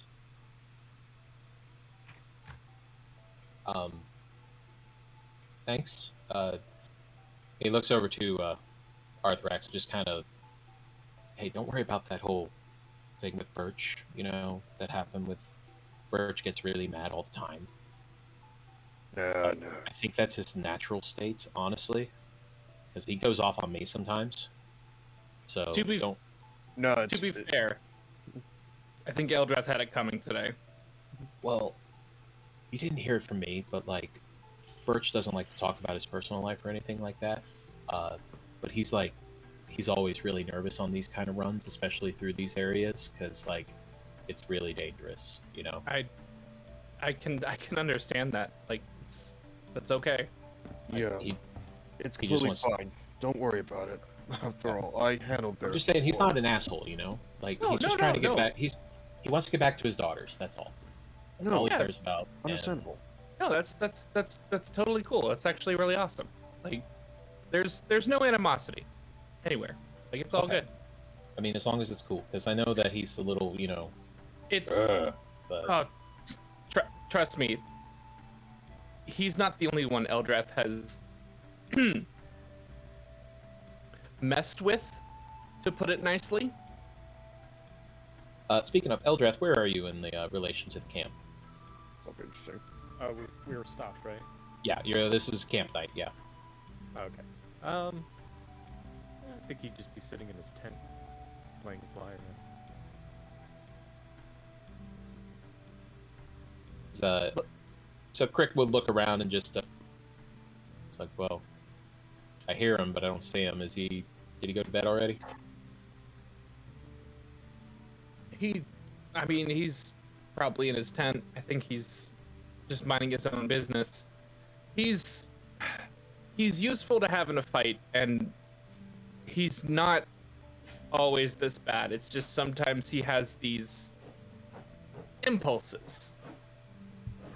And trying to read him is like I I don't even know. He's something else, but he usually doesn't mean any harm. Like, Yeah, well, you're something else too. I mean, you all are. Jesse will just kind of smile and, you know, He scratches at his face and just goes, I'm gonna go over to Bates' cart and get a drink. Thanks a bunch. Chat with you later. yeah. I'll come join you, he says as he will follow right next to him. As he walks very stiffly away from the rest of you. He waits until they're out of earshot to whisper, "So you have a thing for the wolf, huh?" No. Insight. Natural 20 from Crick. Oh, damn. Let me check his stat Respect. here. Respect. See what his actual score is, because natural 20 in a skill check is not an automatic. Yeah. So let's see. Here we go. Crick has. Come on. Sorry. That's going to be a 20. Damn it. All right. He's very shut off right now. He smiles and he takes that as an answer for himself. And he goes, No, I can understand. I mean, with how they act, with how strong they are, pretty good looker too. I don't know what you're talking about. Fine with me. I'm just trying to, was just trying to schmooze a few silver for some drink, and got more than I expected, and it caught me off guard. That's all. Mm-hmm.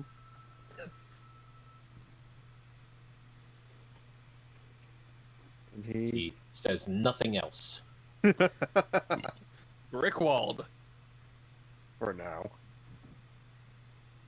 As he gets over to Bade's cart, as Bade is currently chopping up a couple of the apples that he had gotten previously, and starting to move them into another barrel where they can mash and ferment, throwing in some sugar and some other spices. Oh yes, how can I help you? Need another drink? As Yep. Crick just kind of holds up a gold in between his thumb and finger. Can I get a full gallon with this? Oh, Crick, very rare to see you with gold. Didn't steal it, did you? Oh, no, I didn't. He looks over to Arthur X. He's like, tell him I didn't steal it. It's true, he didn't. Me and one of the other members gave him some gold. I was just joking. Don't worry, I didn't mean anything by it. Yes, I'll give you a gold's worth of wine for that. But yeah, I can do that for you. As he grabs Crick's jug and goes over to one of the barrels and starts filling it up from the spigot. Now for you, Arthur, what would you like? Just the simplest one you got for me. Oh, okay. That one would run for 5 silver. Yeah, I'll just give him 1 gold. Oh, well, thank you. We'll just keep that on credit for if you need another later. Thank you. As Crick gets the jug back and tips his head back and takes a nice long draw of the wine, several hearty gulps before pulling away from it. Ooh. Yeah. Remind me not to get into any drinking games with you. Oh yeah, nobody lets me compete anymore. Said something about not an amateur status anymore. I don't know what that means. Well, As he seeing how kind you of shakes his head a little bit and takes another swig. Well, knowing what you can do, I was wondering maybe you wouldn't mind also teaching me how to fight like you do. I mean, I guess, but you kind of have to. It takes a while. It's a lot of dedication and discipline, which is why I'm really bad at it. Just kind of smirks a little bit at his own joke and starts heading back towards the main campfire. He gets his drink and follows. Truth is, I didn't really study very well at the monastery. I wasn't, I kind of didn't fit in. And where did you learn? Well, there's a monastery that's up the road from where Fern's family lived, where I kind of grew up there, and they taught me this style. I think when in common it comes out to circle walking or something like that. I I just know that they had us doing a lot of like walking around people and keeping our legs moving and trying to stay out of reach of people, and that way when they come to hit us we could redirect or we can move around them. It was all about mobility. um I was that was about the time I started really really drinking, and yeah, didn't really learn that well. Does drinking help with the lessons, or Not the lessons, as he takes another drink from his jug. It helps with other things. well, with the way you describe it, it sounds like it could be very useful, especially more close quarter combat. Well, I guess I can show a little bit, but maybe not tonight. I got important business to take care of. As he waggles the jug a little bit. Of course. But yeah, thanks. You've been a very good friend. Well, I don't have a lot of them. for the time being, we need to look out for each other, right? Yeah, much better than the way we used to do it. Everybody for themselves. He holds out his drink in front to offer like a friendly clink to friendship. As he taps his jug against your bottle, And takes a sip. and he takes another hearty chug as well. All right, I'm gonna go study. And he You go study. wanders off. He returns to the others. So, Jess, Yeah. you might have an admirer.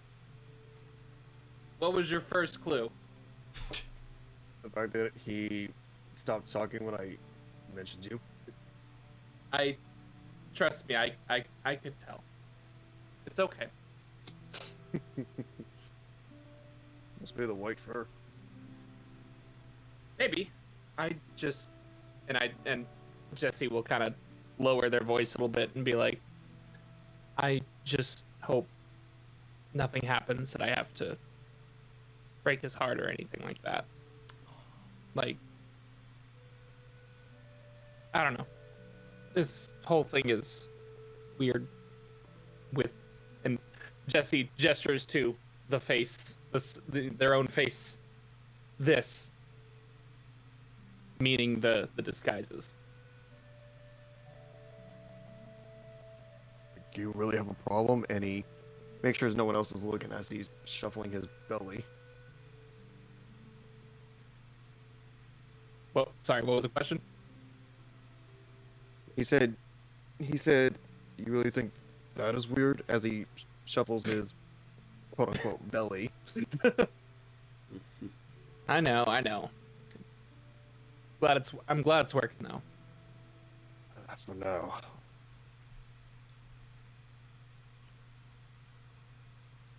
Well, time I finish this drink and head off for the night. All right. Have a good night. You as well.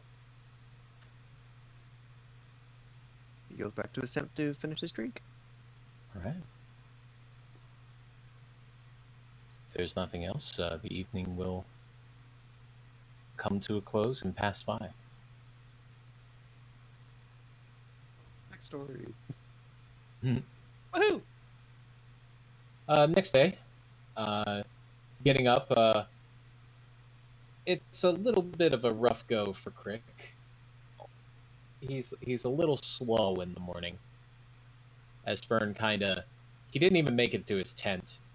He just kind of laid outside on the ground outside of the cart. He didn't even get into the cart. Oh no. He just Oh, Poor Lord. thing. he looks happy. Oh, all right then. He's got his jug in one hand, his arm propping up his head as he sleeps on his side, and the slightly damp from the morning dew. As Fern is just kind of pushing him a little bit. Crick, Crick, Crick, wake up. Oh, hey, what are you doing in my tent? Crick, you're not in your tent. As he looks around, I am not in my tent. Okay, good morning. And slowly lifts himself up, putting the jug into the cart as he wanders off into the woods to take care of business. The morning routine. Yep.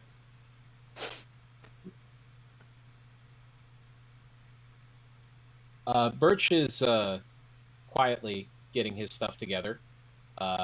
He has not said anything to anybody since his outburst, and even when Oak comes by to offer to help him pack up, he waves him away and just keeps to himself. Oak, as he's passing by Arthrax, just kind of gives him a look of like, oh boy, What's up? he's in a mood. Really? Yeah. He's I guess what you call anger issues. Well, I don't know. He'll be okay. I'm sure. He just needs to walk it off, right? maybe. Arthrax will just start heading over to Birch. Good morning there. Need some help or anything? I got it. So, He's packing away his tent and rolling it into his bag. so maybe today would be better than yesterday then. Let's hope. I think I can take a guess why you're upset right now. Kind of looks up at you and he just kind of gives you a very intense furrowed brow look. Just, look, you don't know anything about me, and don't pretend to. It pisses me off. Okay. Alright. I just know that you're back to you girls, that's all. He drops the tent as he's starting to roll it up and reaches down and grabs the tent and starts rolling it again.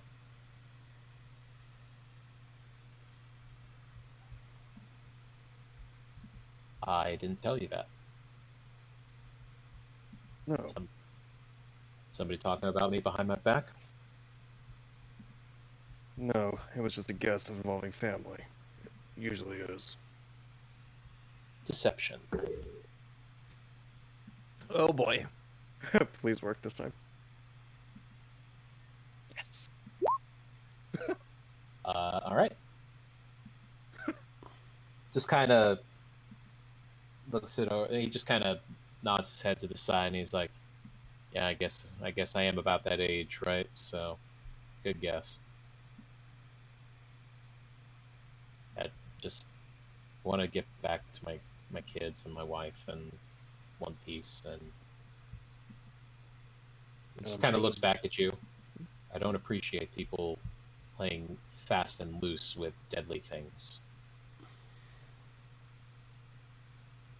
With the line of experience I have, it's easier said than done to get through it. With that human, though, yeah, he's troubling, but he is of a good character every now and then. That's fine. He can be a good guy all he wants. But the fact of the matter remains that if I'm dead, then my girls, Fog and Pearl, are going to starve, pretty much. Because my wife, River, cannot support just them and herself. They need me, okay? And I want to get back to them in one piece. Can we understand that at least? Yes. If we need to, we can tie up the human. Kind of furrows his brow and narrows his eyes for a second, really thinking it over. Really contemplating it. And then he shakes his head and is like, Rose nah, can't hold me. he turns into smoke if you try to grab him. I don't know how to I don't know how to beat that. I guess I'll just have to get him off guard if I need to do that again. But yeah, no, don't worry about it. It's just he puts the tent into his bag and just hoists his bag up over his shoulder. As long as we all understand each other, I'm okay. We understand, and you know that you always have help if you ever need it. And he holds out his hand. As he reaches over and gives you a firm shake with his massive bear paw. Just don't make my kids orphans, all right? I don't plan on it. Good. All right. As he lets go and starts hoisting his bag up properly and heads back over to the cart that has the 3 gnomes in it. Miss Morta, you ready to go? Yeah, Birch, we're good. We got everything packed. As he climbs up and gets the donkey ready. And Arthrax will return to fishing up his packing to get ready as well. All right. As you all head out, setting out from the early morning and traveling into the afternoon. A little bit of rain, not too much, just a little sprinkle here and there, just enough to be annoying, really. As several people just kind of grab their cloaks and their hooded clothing just to kind of throw it over to keep themselves dry as best they can. A couple of people ducking into the wagons where they can. But going forward into the day, nothing seems to approach you or jump into the middle of the path or suddenly try to knock you off or do anything horrible at all. A nice quiet day for change. Thank goodness. For Those now. exist? Not even the overgrowth has caused any problems, as it seems to have dissipated a little bit. But It's worked. Zir rides up on his horse next to you, Eldrath, and he just kind of leans over a little bit. It's like, what do you know about, like, do people, like, so, like, Lilac? She's acting kind of funny. Is it, like, is that a mental thing? Like, she may be under, like, some kind of, like, voodoo or something? Like, some magical thing? If you count a very toned body as voodoo, then yes. Oh, well, I mean, I don't think that's how that works, but I don't... Look, I'm just kind of worried because she's just, like, acting really funny. Then why aren't you laughing? Well, it's not that kind of funny. I mean, it's pretty weird. You're not helping. Is he? He pulls at his horse's reins and starts moving back towards Helry's cart, who kind of looking at him a little confused. Why do you keep riding off? I just wanted to ask a couple of questions. Okay, but I need you here, guarding this cart. Yes, ma'am. As Lilac kind of taps Oak on the shoulder as he's pulling the cart along with his 2 hands, and Oak, you're pushing yourself a little bit hard today. Why don't you just ease off a bit and come back? Just go a little slower. Okay. I guess that's fine. As he eases up on his pace and Next thing you know, the card is right next to Ed Helry's card. And Zir. Oh, Zir. Fancy seeing you here. God. Eldrath will ride his horse in between both cards. Oh, and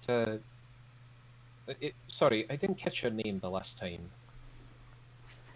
You L something? Yes, L. L? Just L? L. Yeah. Right. You're part of the caravan guard, right? Mm-hmm. I don't really have any superior anymore. So I'm kind of just here, I guess? I don't know. Well, if you can help protect, all the better, I suppose. Now, Zir, I was just curious, actually, about what you might show me tonight, perhaps. Oh, that's the thing. I was coming to tell Seer that I would need his assistance tonight. Oh, Hmm. something coming up, then? It's us humans have moments where it's more personal. I don't want to get into it with you. Sorry. Roll deception. Oh dear goodness. Wow, Tazel. Let's see, deception. Fancy Ziring you here. Oh, damn. Damn. Lord. And she kind Wow. of looks back and forth between Eldrath and Zir, and well, I don't want to make you go back on the promise. I suppose we'll just go for the next night, perhaps. Yeah, I think next night will work. It's kind of it lasts a week. Oh no. Right, a week. That's right. That's the thing we were talking about. Let me open up Zir's stat sheet. Oh I boy. assist him if he's trying. Oh, to you're do giving him. Oh, Okay, yeah. I'll give him assistance on that. it's the only roll I'll make for Zir tonight. I don't want to put him in a bad spot or anything. Don't torture him while he's not here. I don't want to put him in a bad spot. Has an NPC that is constantly hounding him for things and stuff and stretching exercises. Oh my god. Oh, there we go. Oh. Yeah. Oh my god. Hey, Raven, you're welcome. Wow. What? Wow.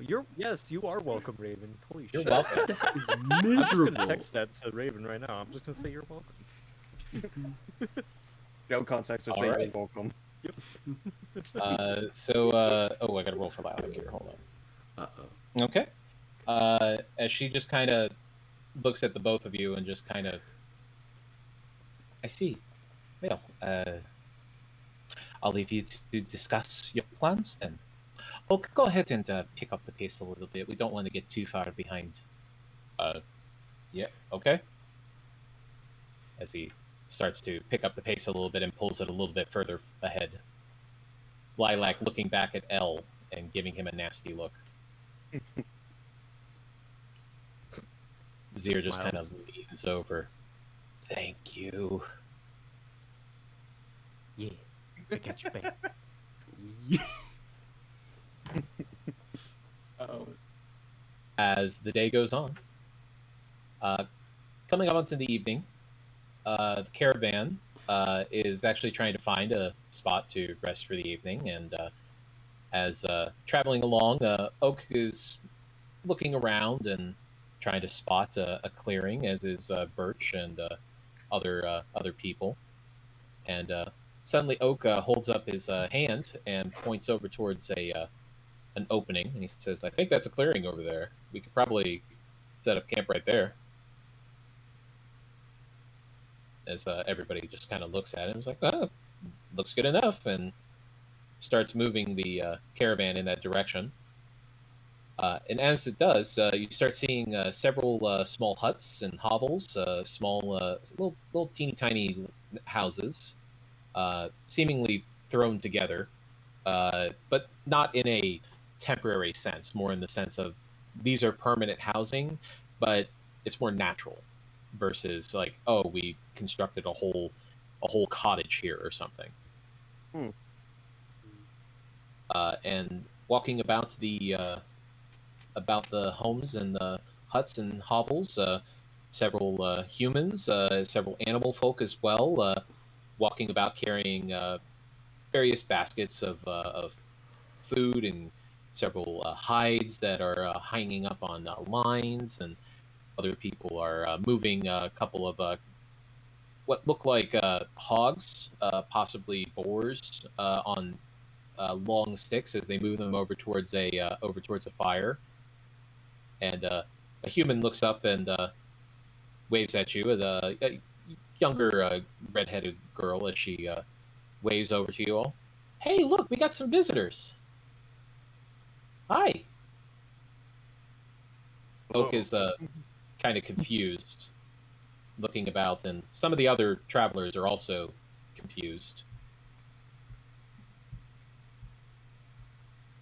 Data kind of leans over to Olia. I don't recall the village being here. Although then again, we do pass a lot of them. We don't ever stop at all of them. Seriously. Everything starts to look the same once we keep I trying. don't. I guess. Well, hello. My name's Spade. Do you have space for us to park our caravans for the night? Oh yeah, we got some open space over here. You can hitch all your animals up and relax if you like. We were actually getting ready to start a little celebration. Actually, we have a couple of fresh kills from the forest that we're gonna prep up. You're welcome to join.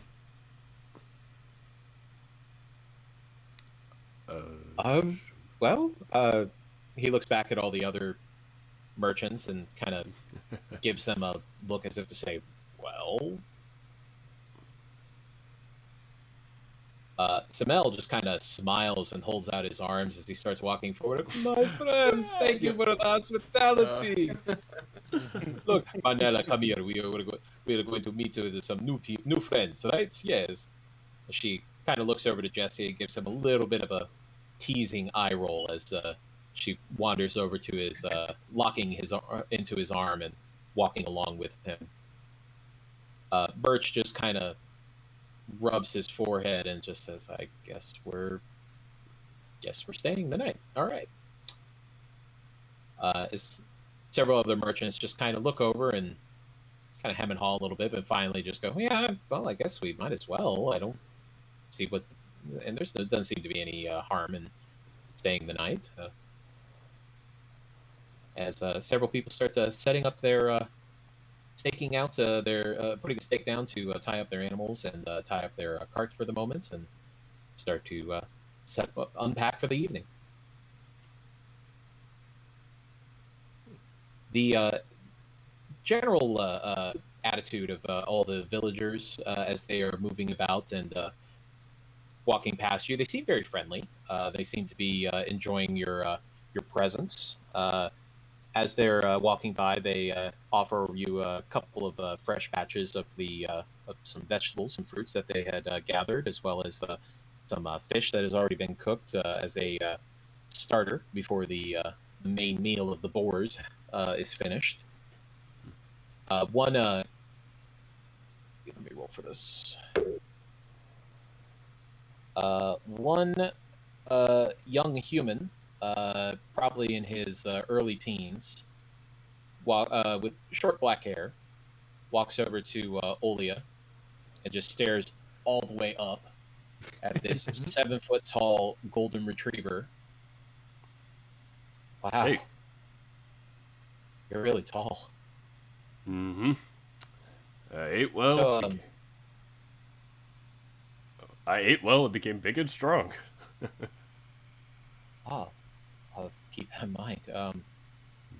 So are you like a fighter, like a gladiator?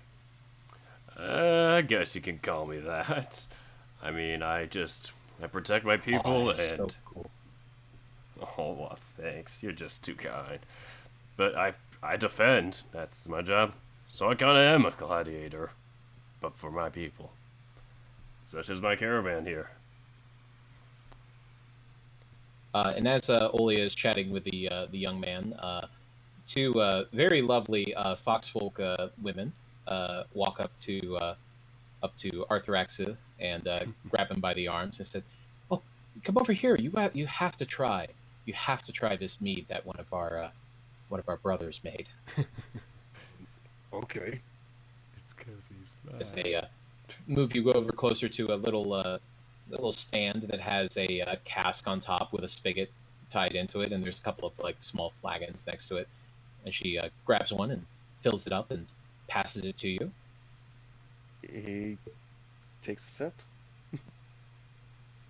All right. Roll me a Constitution saving throw. Oh dear. Oh boy. Here we go. Nice. It is really strong.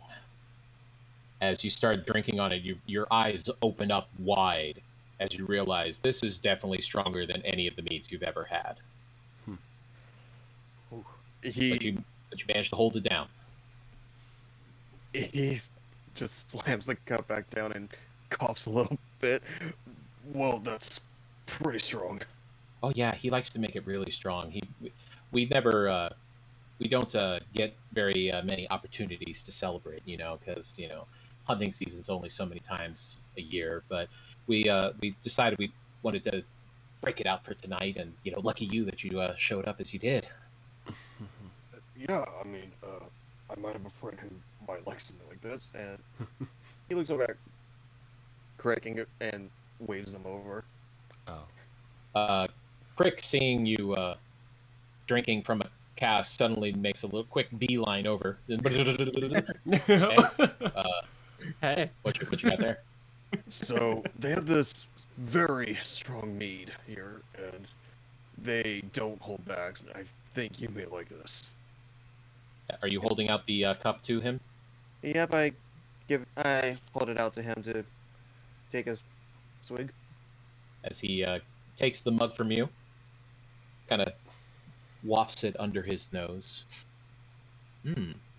Interesting aroma. He holds it up to the firelight a little bit and looks into it, and is like, "That's a nice color to it as well." And then he tilts his head back and just pours it right down his throat. Then, yeah, that's pretty good. A little weak, maybe, but we always put a little extra on that. Of course. The fox ladies just kind of look at him, stunned. Our God. Right. We'll let Cliff know to go a little bit stronger on the meat next time. Oh dear. They kind of look at each other, just like, "Who is this guy? I don't know." He's cute though. Yeah, he is cute. Anyway, hey, did you want another? Yeah. Yes. Yes. Holds out the flagon and they fill it back up and goes back to getting another drink in him. Eldrath, what are you up to as you see all this merriment starting to happen as people are spreading about and mingling with a couple of the villagers and chatting with them? He doesn't trust the situation. His eyes are darting back and forth, just trying to take in like what's going on. You said these houses were more natural? Yeah, right? they appear to be made from materials of nature, like Okay. wooden boughs. They're not really processed at all. Like they didn't run them through a lumber mill or anything. Yeah.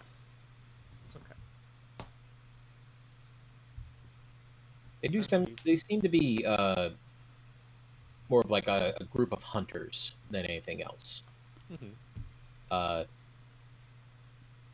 me see here. I think Eldrath, he'll keep Stomps a lot near one of the wagons or hitch it to wherever the animal's being hitched, and he'll go on foot kind of walk around the outskirts of the village, just looking around. As Zir follows up to you, he's just like, "Yeah, we're about to go do that thing. We'll catch you later." Hey, what are we doing actually? Like, are we actually doing a thing, or? Well, do you want to do a thing? It depends on what the thing is, I guess. Okay. I don't like this place. Yeah, as he kind of looks around, and he holds on to the amulet around his neck, and should I, you know, take a look?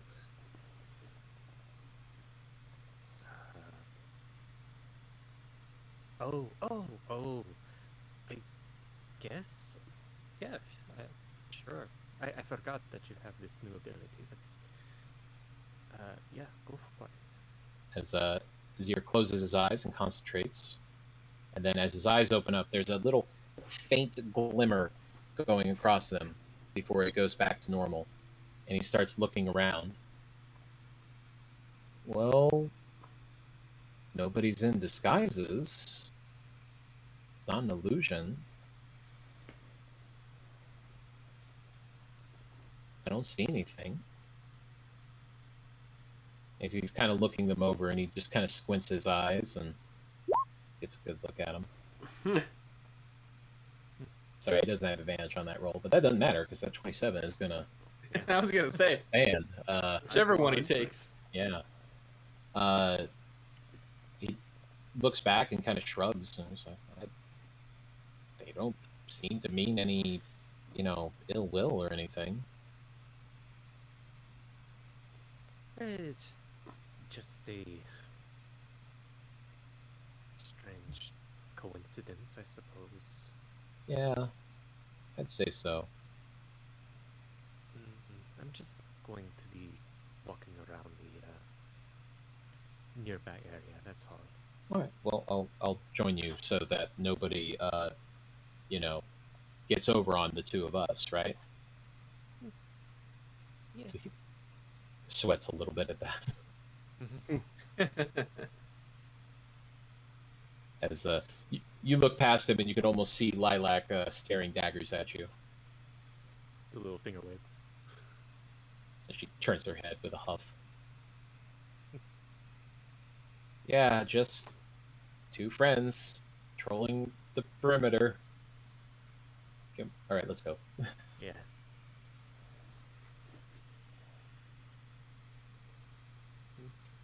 All right. If I need to make a perception check, I guess. I don't Sure, know. you can roll perception. Just trying to see if there's anything out of the ordinary in the trees or whatnot.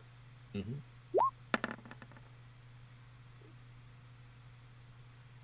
Looking about, you don't see anything unusual sticking out. Everything seems to be in order. It's just another small hunting village. They seem to be really enjoying having people by. They probably don't get visitors very often. Okay. Eldrath will just keep wandering around. He's not really taking part of the festivities. As you are walking by the area around the fire and see Crick just double fisting two flagons of ale down his gullet as several people gather around him. Chug, chug, chug, chug. All right then. Arthrax is gonna slip away from Crick and the crowd.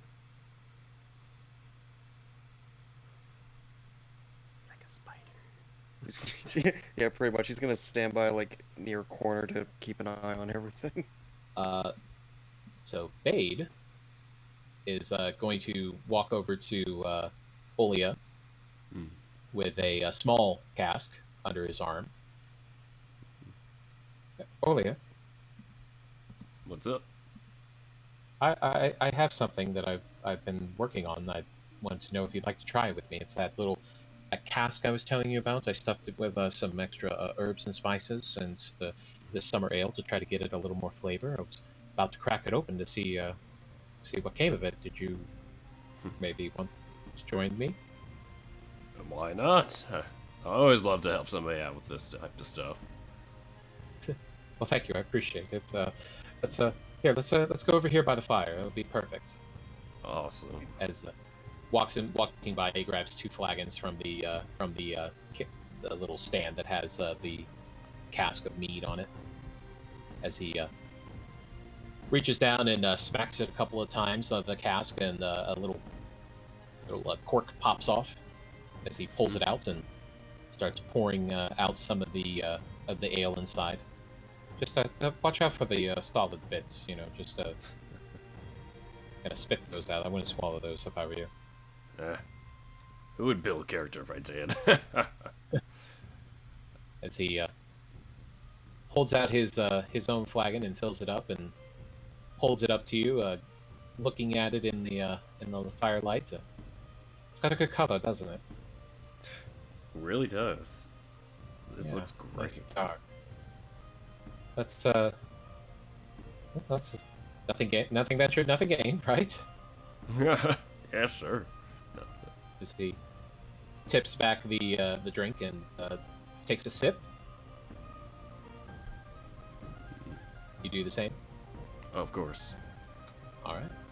So as you tip it back, this is a very light summer ale, but he has spiked it with a little bit of ginger and some orange peel, as well as a few other sweeter spices to kind of give it a little bit more of a easier, milder kick to it, almost like a syrupy texture to it. Oof, that's good. Oh yes, that is quite lovely. Let's see. You did great. Thank you. I try to impress. Let's see. And impress you did. Go ahead and roll insight. Alright. See if I'm lying through my teeth.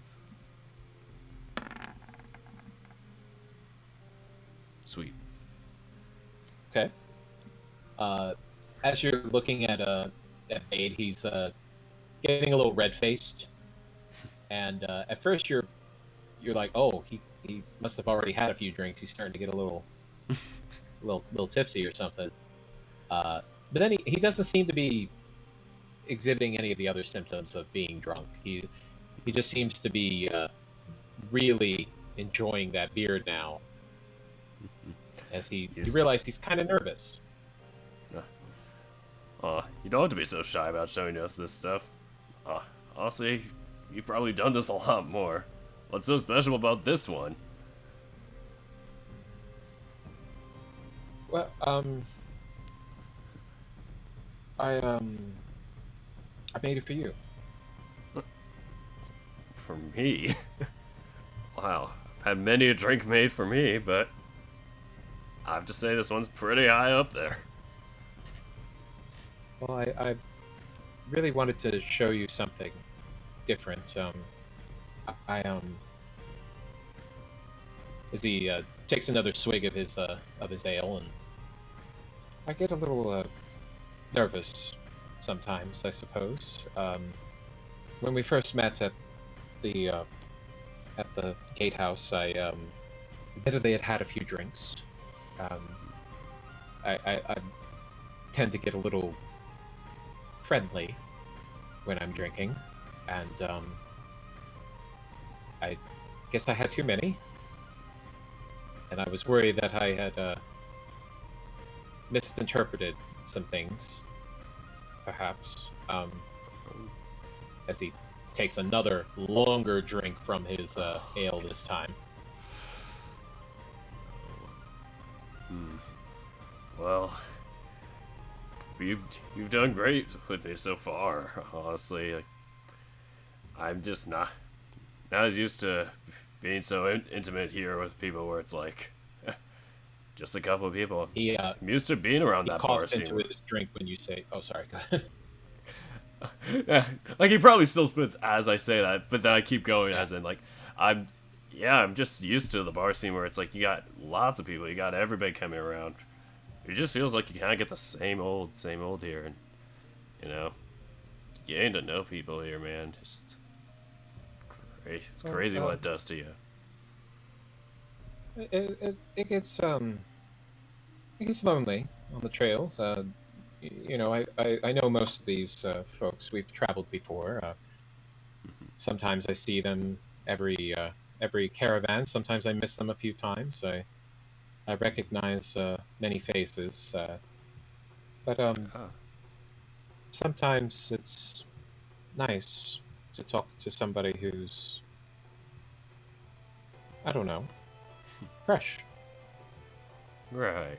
I was just about to say, it's kind of like having wine. If it's uncorked and that thing is sat out, ugh, it's gonna get stale. But if you manage to preserve that thing, just hold it on for a while. That thing can age well and just taste great, and that's how some of the best conversations come out. Just precious, held, saved with due time. Wouldn't you say this is like a freshly uncorked bottle of wine? Yes, I would actually. It's fresh and new and has a good flavor, and I'm eager to see how it matures. Right. Reminds me of when I was talking with Crick the other night. Yeah, dude seemed kind of out of it. Well, isn't he always? Yes, I worry sometimes about enabling Crick's worst demons, but he Mhm. seems to handle it well. Yeah, but what I was gonna say is, well, we got along pretty well together through it, though. Just honestly, it just seems like to have something like this, it's a terrible demon to have alone. To have somebody together with you, with these spirits, that's where the best things come out. It's a great connector, but yeah, felt like I got to know him a little better. I just sometimes wish I got to know him a little more. He's an interesting guy, don't you think? Yes, he is. I I do find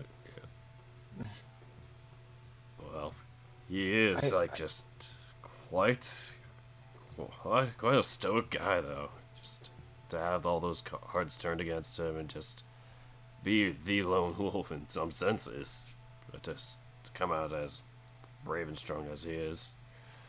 Uh, I could see why he has to go through that, keep himself sane. well, we all have our concerns, I suppose.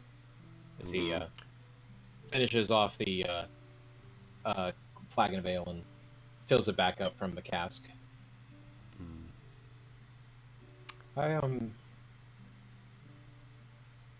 I I wanted to ask you a question, Olia, and I didn't want it to be I don't want it to be awkward. Uh, question? Sure. I'm an open book or whatever they say, right? Well, you know, I've enjoyed our time together, and I've come to admire your hmm, strength. And as he takes another long sip of his ale, and I've also come to enjoy your genuine nature. Um, he takes another long sip of his ale. Oh, fuck it. Do you do you have anybody back home, wherever home is? Do you uh, have a partner? Partner, girl, guy, whatever it is. No, I've always kind of just been just kind of the third wheel all the time. You know, it makes for great conversation. Just pop it in for hospitality and whatnot, but no, just haven't explored. Is that what you mean?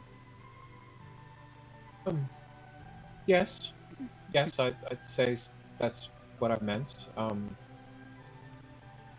He's staring into his ale and going quiet now.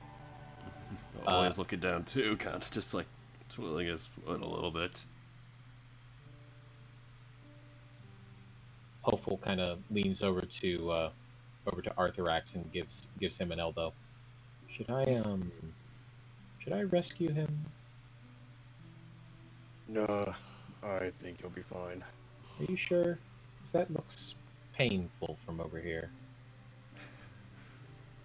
Oh, you're not talking about rescuing Olia, are you? Not Olia, no. Yeah, you might want to rescue him. I've been sitting here this whole time, just like fighting the urge to walk over and say something. Honestly, This is too good. this is worse than the troll encounter. Yep. This is far worse. Okay, not gonna lie, My that's char- exactly what I hoped for. My I wanted it character to be as develop- awkward as fucking Yeah. possible. Yeah, you pulled out the middle school oblivious, like, It's so perfect. I am sorry, Hope- that's just Hope, me. however- No, Hope is watching this all go down, and he is already like, aboard. And then finally he gets up and walks over to Olia and Bade as Bade is staring down into his drink. And Bade, hey, you opened up the cask. Yes. I wanted to share it with Olia, but if you wanted a bit, there's still about another glass in here. You know what? quite That good. sounds like a great idea. Here, Olia, do you want to split that with me? Oh, sure. More the merrier. All He right. did a great job on it, too. Pulls out he pours out the mead that was in his flagon onto the ground and reaches over and Bade fills it up. His face very hollow, as if his soul has left his body. Oh man. So, hey, Bade, I wanted to take you over here and talk to this Cliff guy, because he made some wonderful mead, and I think you should definitely talk to him, because I think he might have a couple of ideas for you. Yes, that sounds like a wonderful idea. Olia, thank you for imbibing this, as he gets up and just starts walking away. Oh, well, it's great chatting. Let me know if you want to do this again. I mean, not just this, but As Hope just pats him on the shoulder and starts leading Bade away. wow. Oh. And I walk over towards Arthurax and I just go, he seems kind of shy. What's up with him? Yeah. I think he was hoping for something, but let's just say fate chose a different path. Well, he got to share his drink with me, and that was nice. So at least he got that out of it. I regret, I regret not speaking up about what Jessica's doing at this point, because I don't know where I would be in this situation. Can we? Plenty of people to chat and drink with. Also, plenty was of gonna food. Well, I was gonna say, could I be sitting with Arthurax at Sure. this point? Cool. Oh dear lord. Olia, Yeah. you know he likes you, right? I mean, he's a good buddy, good comrade with me. No, Olia, Yeah. Olia. That he likes you. Like he likes you. What? We could The we could gears see are it just in his eyes all the absolutely way over turning. here. As he's saying that, his gears are just grinding, trying to think about this. Like, Arthurax just sighs, pull Olia closer, and just bluntly whisper, "He wanted to be your partner, your mate, your lover." him? He wanted. He Wait. What kind of high school bullshit is this? As Zir kind of looks over at Eldrath and he's just like, wow, some people are oblivious, right? What? Ah!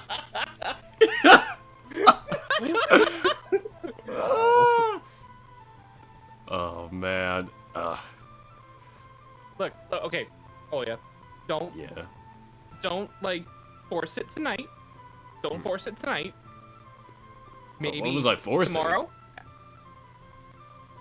Well, don't like go back and try and talk to him more tonight. Give him a little space to process, because this was very clearly very nerve-wracking for him.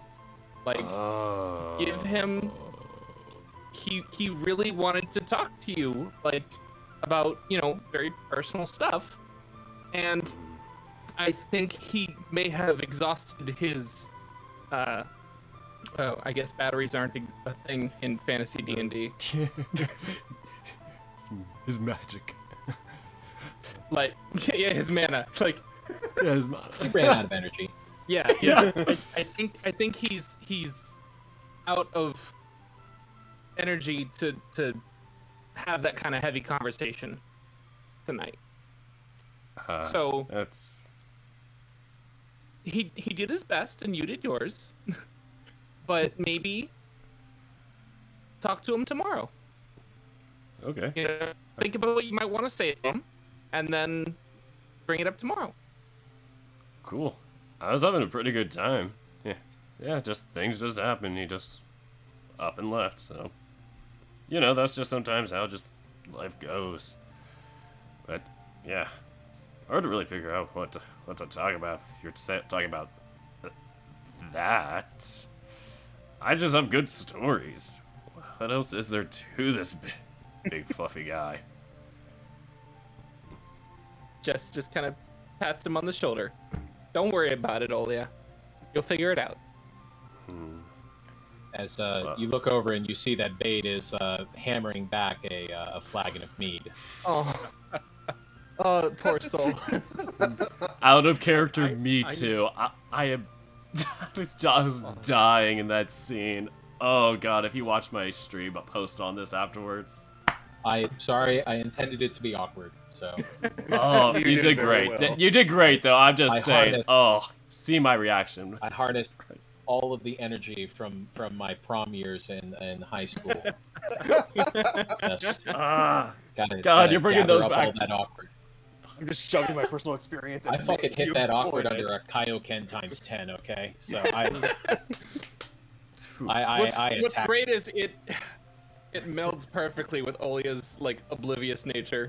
Yeah. Oh oblivious to the yeah. point where it hurts. Congrats to It's Bade for being the most awkward character. God. Congrats to Bade for being brave enough to try and bring it up. He tried. Seriously. He He tried. did his best, and we are One all of the proud of him. He just wants to hug and cuddle with the big 7-foot golden retriever who win it. He wants big doggo. And not, to be honest, I would too. But yes, as the night passes on, several times after several glasses of mead and sharing of wine and other foods, several people get up and dance with other people, villagers pairing off with a couple of people from the caravan as well. Fern is having the time of her life, dancing with another young rabbit folk who is dancing around her in circles as they both kind of laugh and cheer. And there's lots of music being played. Several people, they're just simple stuff, you know, little drum and a violin as people dance around the fire in jigs. But everybody's having a great time, and soon people start to wind down for the evening. Crick is on the grass with one flagon in his hand and another flagon just kind of cupped over his snout, as you can hear the sound of snoring kind of coming in from just kind of going.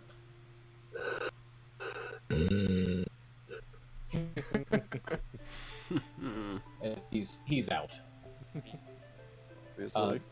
Bade and Hope have already left for their cart. Bade having gotten extremely drunk and needing to be taken back to his wagon so that he could sleep it off. Oh. But as the night winds down, if there's Anything else that anybody would like to do? Arthrax is gonna take crit, help pull that that whatever cup is over his mouth, and just help him into a cart for him to rest and just stay up for the night, just watching over everything. Oak helps you lift by lifting up Crick's legs and loading him into the back of Fern's cart. Fern, you note, is nowhere in sight. Uh-oh. Where did Fern go? Roll perception, Oh dear. Arthrax. Oh dear. Yes. Thank God. Right. As you are looking around the crowd to try to spot Fern, as you see the other rabbit folk grabbing her by the hand and leading her to his hut, as she smiles and follows along with him. Okay, never mind. I think Fern's gonna be fine. I would ask Zeers. I think I'm going to stay up a little bit and kind of keep watch. If you wouldn't mind helping me, you can switch. Yeah, no, that's not a bad idea. You never know what's out here. Yeah, we don't do it enough, honestly. Well, I mean, we usually have a couple of rounds, but yeah, I guess in this case, well, we don't really know these people, do we? Yes, and a lot of our people are drunk.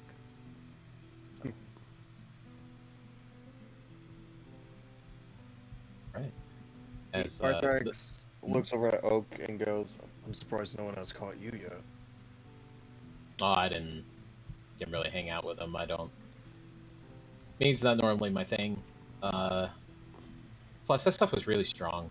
I don't really like getting drunk, you know? Yeah, that was surprisingly really strong. Yeah. No, I just took a couple of sips of the one and I passed it off to Crick, and he, as he looks back into the cart.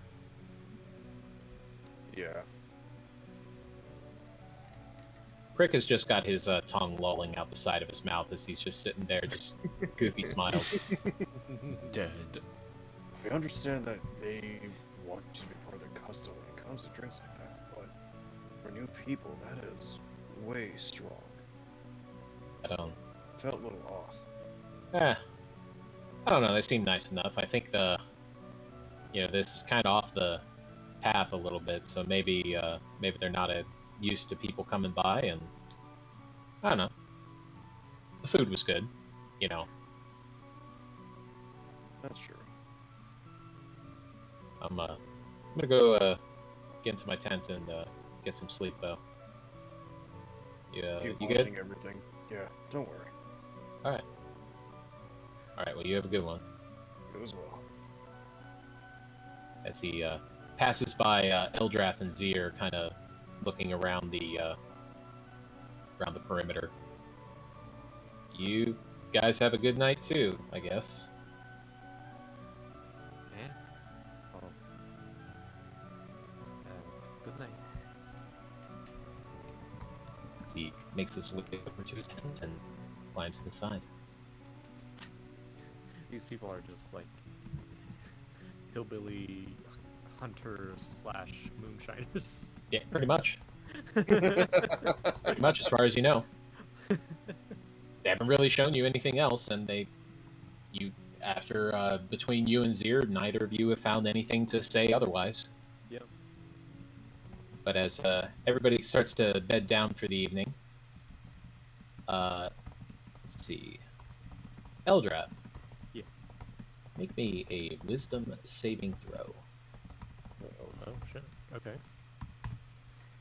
Don't make many of those. Smarts. Okay. 14. Okay. Let me roll one for Zier here as well.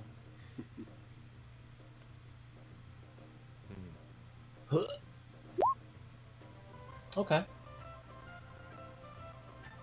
Right, so as the both of you are kind of watching the perimeter and wandering around, and Suddenly Zir lets out a little bit of a yawn and kind of spreads over to you, and you feel yourself yawning inadvertently. Oh, sorry. No, just suddenly came over, man. But I'm still up. Don't worry. If you need to rest, I'll keep watch. Yeah, I'm fine. I don't really need to sleep.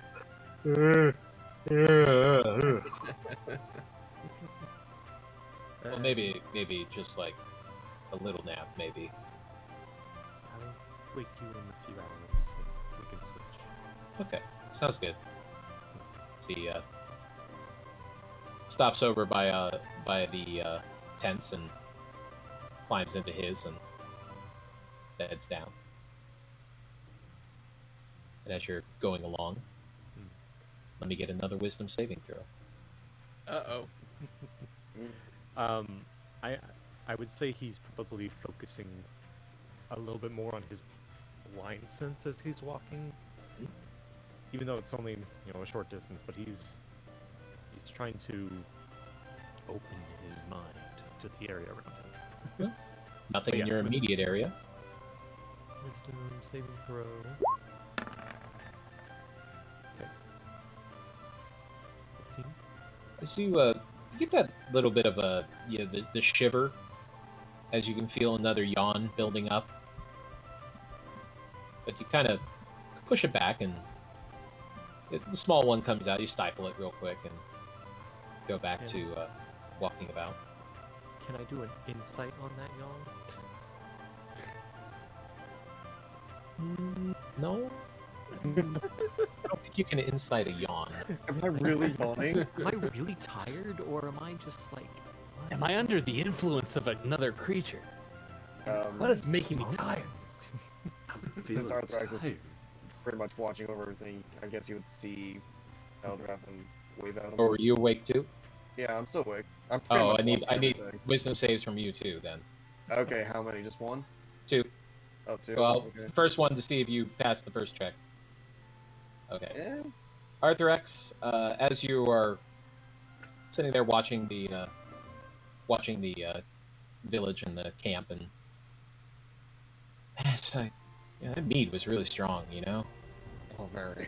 and then your eyes are starting to get a little heavy as you kind of lean back against the cart, and it wouldn't be so bad if you just closed your eyes for a couple minutes, just rest them for a moment. As your eyes slowly close and you fall asleep. Damn it.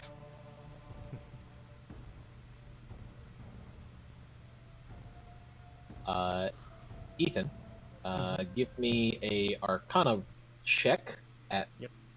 let's say, disadvantage, because technically you don't sense that there's something. Mhm. You don't know that you're making wisdom saves. Let's put it that way. Yeah, I get it. Nope. Oh. Yeah, nope. Oh. Sorry. Okay. Rip. Sorry. All right. He'll keep kind of patrolling. All right. I'm gonna need another wisdom save. Come on, you can stay up. 16. It's slowly been going up. He's slowly becoming more aware. Don't jinx me, man. Don't jinx me. Wake me up! Wake me up! Wake up. It's still like this shiver that comes over you again, but you're ready for it this time as you kind of slap your face a little bit, just being like, oh, I'm tired, I guess, but nope, gonna stay up, keeping it going. Just keep walking. So, this has been now a few hours. Are you gonna wake up Zir? Could I do another perception before doing that? Sure. You'd like to look around? Yeah.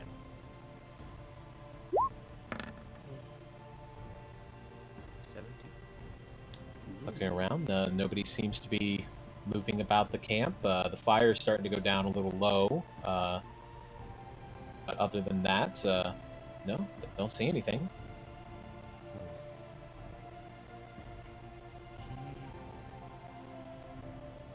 He's gonna stay up still. Right. To stay up for another hour, go ahead and give me a wisdom saving throw. Ooh, Nat 20. awake. Oh, nice. All right.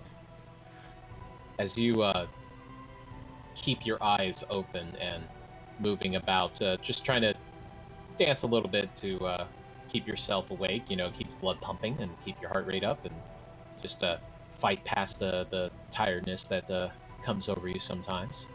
Mm-hmm.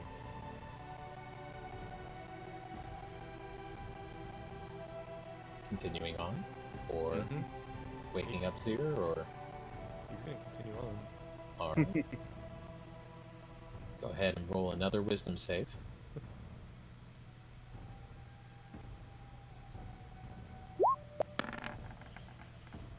Ooh.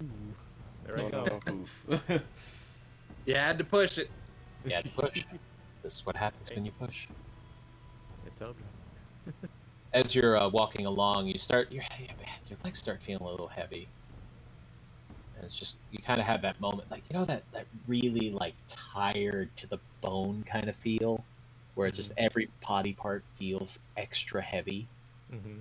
and it's just you're exhausted, and it's just let out a couple of yawns and think, oh, maybe I'll just sit down for a bit and just kind of rest. Maybe my legs are a little tired, and as you sit yourself down, you kind of lean forward a little bit and your head nods ever so slightly downward, and then darkness as you fall asleep.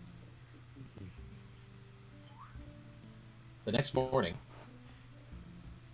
as you all are waking up and coming out of your tents, you hear a shrill scream coming from one of the huts as you all come pouring out. As Fern comes running out of one of the huts, now that you are looking at them, are all dilapidated and old and moldy and just holes in them, and like some of them are barely the frames. Oh. Oh, gross. As Fern comes running out, just what wait, I don't understand. What happened to Scout? He was just here. I fell asleep, and after, never mind, and we, as everybody else is waking up now after hearing the loud scream, and you all see what looks like an abandoned village. Dana. Yeah. So I fell asleep out in the open, correct? Yep. You and I did, yeah. Disguise self would not be active if I'm asleep. Yep. So you're waking up and realizing this. What do you do? He would honestly very quickly try to do it, hopefully with no one seeing him. All right. Go ahead and roll stealth. Duck behind one of the huts. Yeah. Oh boy. Oh, please. Sorry. I don't want to be that type of player who's like, No, you're fine. No, This is fun. This is why This was the I'm intrigued. this was the consequences of trying to stay up. This guy's When will important. you learn?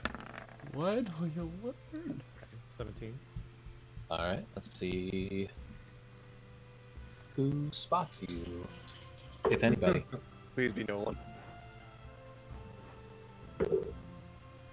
Uh-oh. Hearing those Every thump just like makes your heart stop for a second. Yeah. It does. That's horrifying. So, as this was Crick, Oak, and Aldrich all look over in your direction and do a quick double take just as you get your disguise self on. They kind of shake their heads and rub their eyes a little bit. Eldras just stretches. What the fuck happened? I don't know. I'm sorry. Did you? As Oak is kind of looking over, just confused. What? I thought I saw something. I don't. Did you have scales? Kind of looks up and down, and he's just looking at this fob suit. What? Roll deception with advantage because you do Very not have convincing. Scales. With advantage because you do not have scales. Okay. Technically, yeah. Ooh, thank goodness. Yeah. Oh. He just kind of rubs his head, I guess, and I guess I could have sworn I. Hey, what's going on with this place? As Fern is kind of shaking, looking around the various huts, and others are coming out and looking around, and let's see. Anybody who would like to go ahead and roll investigation. Yeah. Doubt. Well, I got nothing. As good as I can ask for. Investigation. Investimation. As Eldrath and Jessica, as you're looking around the village, it's nobody's lived here for years. It looks like it's abandoned. Is all the carts and other All of your- animals? All of your carts are still there. All of the livestock is still there. All the goods are still firmly packed away. Nothing appears to have been taken. Are there any signs of the remains of like the food and drink that were consumed last night? Give me a perception check. Okay. I'll give you smell-based as well if you want to. Okay. And I'll just roll it again. I'll take that. As you kind of lift your head up and take a few whiffs of the air and look around, and there's a couple of flagons, cups on the ground. They still have the smell of mead coming from them. But other than that, no.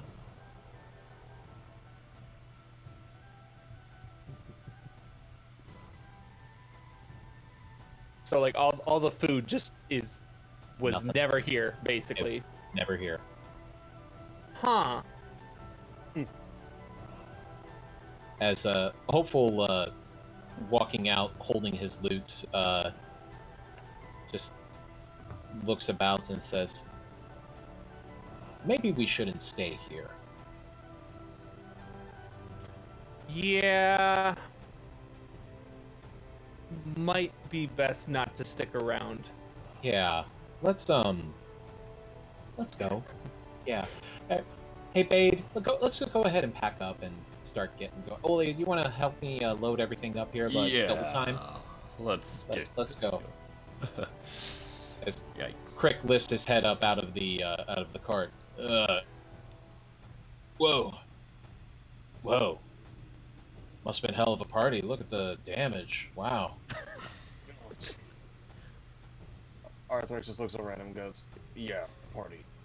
Listen, buddy, we're gonna start packing and get going then." Has anybody seen Fern? Fern? As Fern is just staring at the hut that she had come out of that morning. Hey, Fern, you okay? Yeah, Crick, I'm fine. Let's pack up and go. Okay. Poor bunny. Oh dear God. She came screaming out of there. Yeah, and he was drunk off his ass and did not wake up. Yeah, but it's So I'm I am curious what made her scream. do you want to go investigate? I would I can- investigate. I can. This tell I was you. gonna say this is against my better judgment, but yes, I want to investigate. All right, I can Go tell you ahead. though. go ahead and investigate.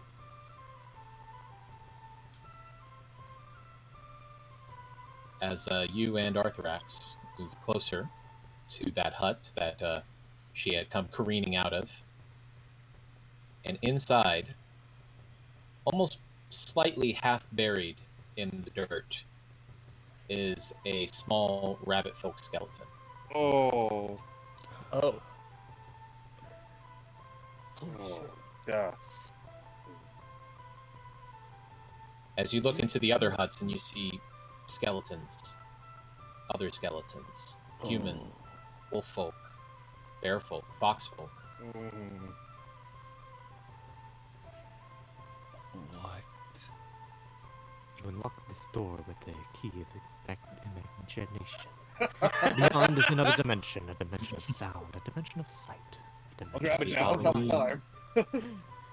You're Happy moving into a Halloween, land. everybody! This is your Halloween stop for the day.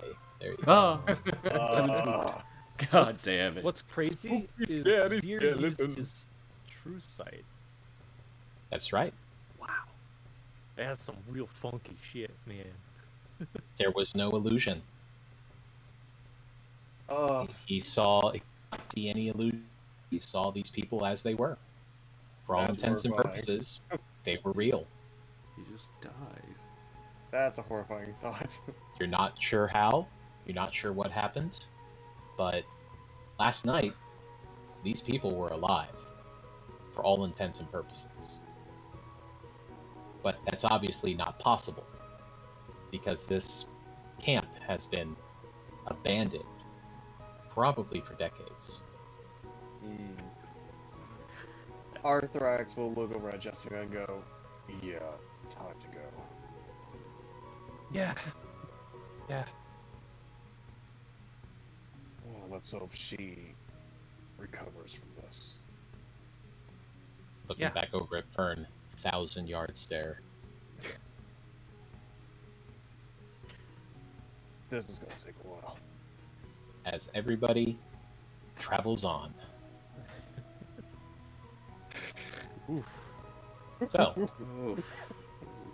Oh. Oh, my chest feels heavy right now. Jesus. I don't normally write horror, but I prefer like old style Victorian horror, I guess. Oh no, you did wonderful, Dana. Yeah, that was good. Pretty good, yeah. Happy Halloween, everybody. Did not expect that. Traveling through the day, putting distance between you and that place. At one of the stops,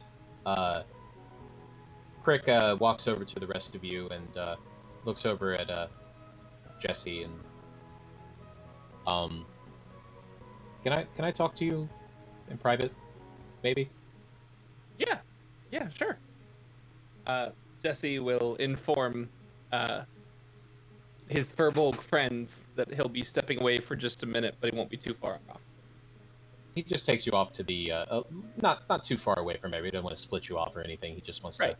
have a private conversation as he kind of leans in a little bit. He's about the same height as you as he kind of leans in a little bit and whispers like, I didn't really apologize for outing you to your friends. I know, like, I figured they know, but I probably should have confronted you instead of confronting them. And Jess will just raise a gentle paw and kind of wave it away and be like, no, don't worry about it. I mean, it's not like you told the entire caravan. no, that's not my business. No, it's okay. I- Yeah, they're. It's complicated. But Yeah, I get that. You're Olia, you know, you're as he holds up his fingers, dog folk friend. Totally. Yeah. I get you guys are in something here, and as long as you seem cool, like you haven't really been a threat to anybody. Well, Except for Eldrath. the human, yeah. Well, he's weird. He's just Yeah. weird. Yeah, no, he is. No, like that's sometimes that's part of his charm. Sometimes it's anxiety inducing. Yeah. You know? Well, I mean, Jessica loves Eldrath. Love is a strong word. Love is a very strong word, Ethan. Mm-hmm. But yeah, that's he is an entirely separate can of worms. yeah. But also, I don't really get to hang out with other wolf folk all that often, so Yeah. I guess that kind of threw me off a little bit too. Yeah. I hear you. So as long as we're cool, I Oh just yeah, don't want of course. Right, cool. Yeah, you're all good, Crick. You're cool. Thanks. I'm gonna go check in on Fern. She's been pretty quiet today. I'm not really sure why. If I'll leave that up to her if she feels ready to tell you. He's gonna insight you. Okay. Am I rolling? If you are trying to cover up for Fern, I would say deception. Okay. If you were trying to persuade him to talk to Fern, that would be persuasion. I'm trying to tell him, let her move at her own speed. For this. Okay, that would fall under persuasion then. Okay. 14. As he's looking at you, and he just kind of nods his head slowly. Right. If she needs to talk to me about anything, she will talk to me whenever she's ready. Jesse nods his head. Yeah. I really don't like all this feeling stuff. Well, if you ever need to talk to someone, I'd be willing to listen. Yeah? Yeah. I mean, yeah, that's cool. Yeah. Well, I'm gonna go check on Fern though. Just make sure she's eating some food. She was just kind of picking at her stuff when I left at her last. So, but good talk. Yeah. Catch you later. As he kind of gives you fingers, I suppose, and walks away. As he kind of kicks the dirt a little bit. Fucking idiot. I can't. Stupid. I can't get this out of my head, but I'm just like, if Crick and Jessica ever meet again, and Jessica's not in her disguise, I just wonder. I think Jessica has the advantage on thighs. I think that. Yeah. Crick's gonna be like, wow, shit. I mean, he's seen through the disguise already, so. Yeah, but I'm also wearing long pants and he doesn't have the full picture yet. Let's say that. Right. Yeah. He just knows the scent.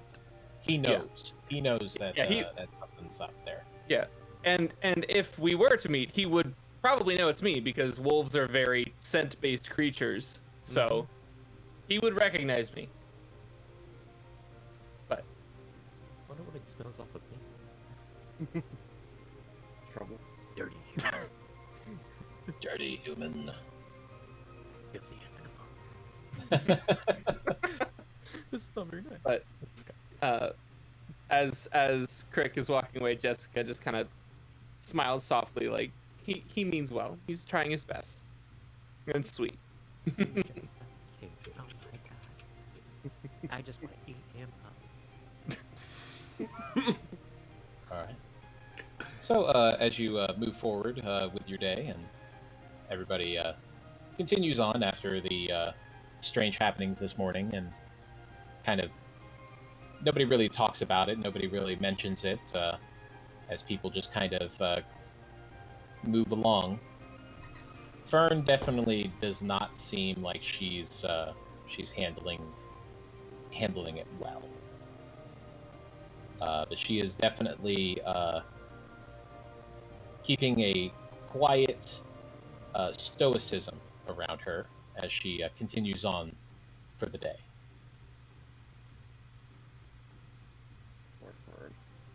All right. So, unless anybody has anything specific they want to do, we'll go ahead and move on to the next day here. Let's do it. All right. I'm all set. Yep. I got my So, social interaction in for the day. So as you all are all getting up the next morning and preparing yourselves for the travel, you see a small group of goblins walking down the path as they are carrying several boards, several dowels, several thick sticks and such as you're all preparing for breakfast and getting yourselves settled in, they start building a stall in front of you. And just start, just hammering in the nails and setting out a couple of boards on a counter, and then as they get the stall itself built, they start laying out several items onto the stall, and then one of them walks over and writes on the front, shop, spelled SHAP, and then walks back around and stands behind the counter and crosses their hands together and sits waiting patiently. Drop and walk up. Arthur, I'm a little bit curious enough to walk over. All right. As they greet you, does anybody speak Goblin? No. Oh. I do not. As they realize that you don't speak Goblin, and they move to the side as another one moves forward. Hello, Snark, as he points to himself. Hello, Snork. You buy? Did you pay the tax? Yes, we pay tax. I'm here to collect the tax. My Go ahead God! and roll. Oh my Yes! god, Ethan. Go ahead and roll deception. Perfect. 17. No, we pay other human tax. Oh, you got duped. That was not the right human. I hope it wasn't. Well, no, it couldn't be him. He kind of narrows his eyes and looks at you. You know, tax collector? Yes. He's not really a tax collector. He's a con artist. Oh, no, Eldrath. Go ahead and make another deception check at disadvantage. Oh no. Come on out. 11. Oh. He waves you to the side and beckons to the others. You're the liar. As he looks past all of you. You buy? You have gold? I have money, yes. What do As he you starts pointing out a couple of items. So on top of the counter, he has placed a what looks like a dragon's talon hanging from like a leather necklace. It's fairly large. It's about the size of like a dagger, actually.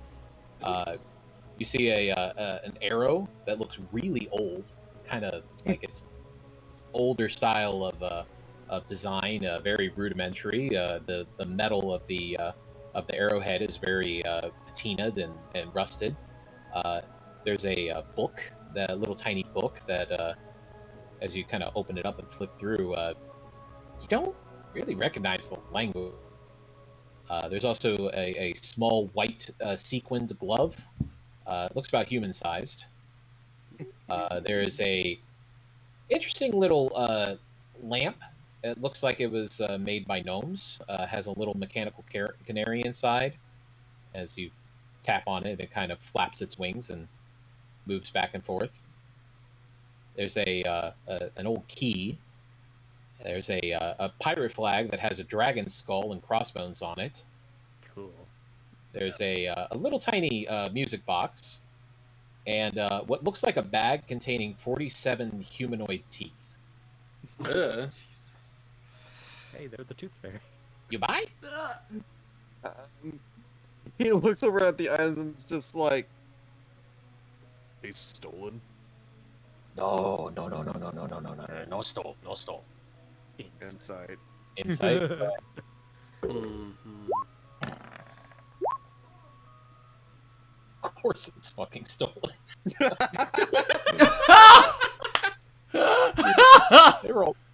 They rolled a 4 and they have a -2 on their charisma. Oh no! Ah! Oh no! He, Oh, It these is poor crosses little his goblins. arms. He crosses Every his arms single and item goes. here is stolen. He crosses his I- arms and goes, "How much gold do you have?" As he looks back and starts speaking with the others and Goblin, and then looks back to you. Snark and Stark say they don't have enough. Booker says he has 5. Eldrath me would a- be walking behind the quote-unquote stall. As you move behind, you see the other 3 goblins, Snark, Snark, and Booger, all draw daggers and look at you menacingly. Employees only. Eldrath will draw his own dagger. He'll take Who notice says of I'm not? he'll take notice of Eldrath and quickly goes, "If you give me what money you have on you and leave, things will get ugly right now." As he stares at you and then leans back over to the other goblins and start conversing in Goblin as they go back and forth. They seem to be having a very intense conversation about this. And then finally, Snork looks up over the other heads of the goblins and looks at Eldrath, seeing the dagger in his hand, and then looks over to Arthurax. Holding out his own dagger. Eldrath, I mean, he's not like in a stance that's like threatening. He's just kind of like he's just being kind of like extra while staring at all the goblins. Like, ooh, what you gonna do, man? What you gonna do? You know? It's your As choice. Snork leans down and picks up a bag that's underneath the counter, which you wonder where he got from because he just built it in front of you, Yep. and holds it out and shakes it. So you can hear the sound of gold clinking together inside. He will take the bag and open it up to check how much is actually in it. Inside, you can see 5 pieces of gold and a couple of pieces of copper. He shuts the bag and goes, "Go ahead and start moving." As they reach into their pockets and pull out quickly their hands. I need a dexterity saving throw from both Arthurax and Eldrath. Okay. Oh shit! Oh no! Oh! Oh,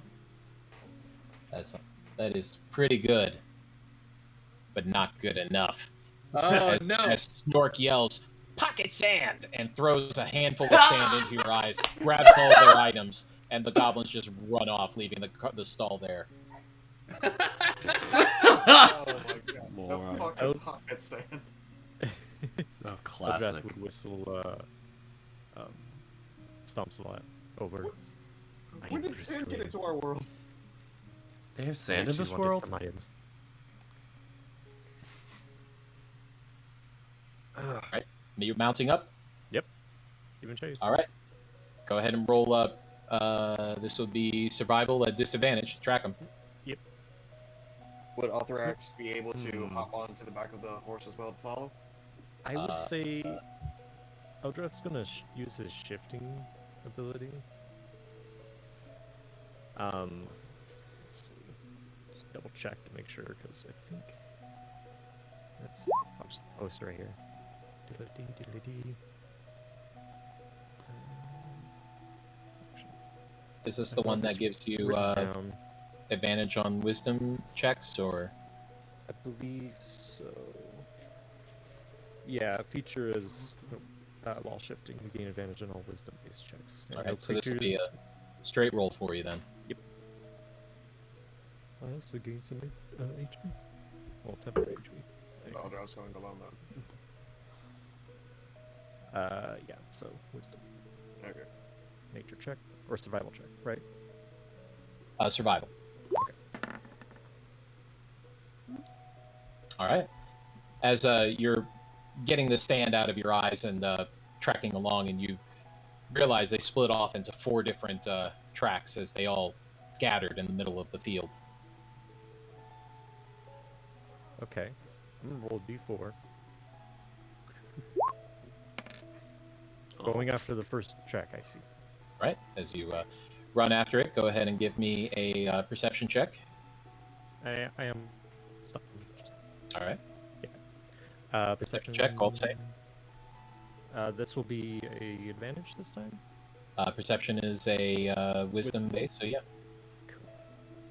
Mage has all the rights to be hunting as well.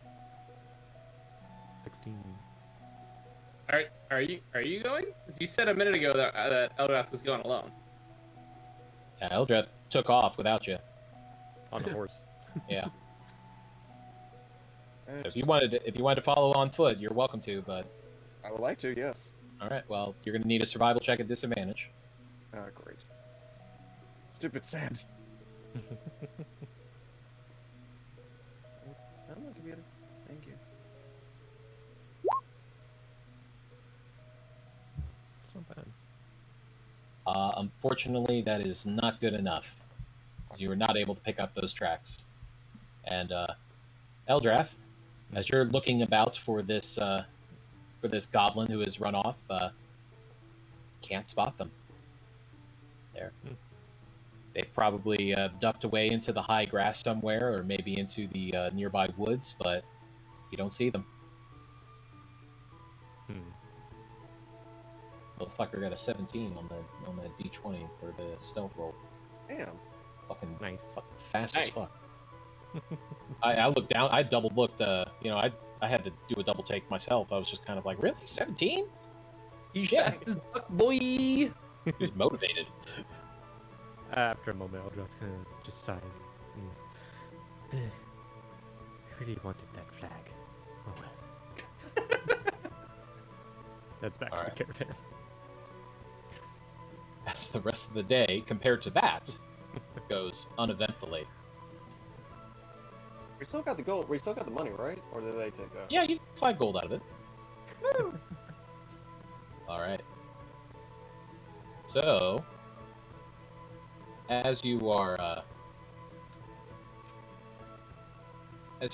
traveling on, day goes by uneventfully, quietly, and a good night's rest follows as you all get a full the benefits of a full rest, long rest, and the next morning,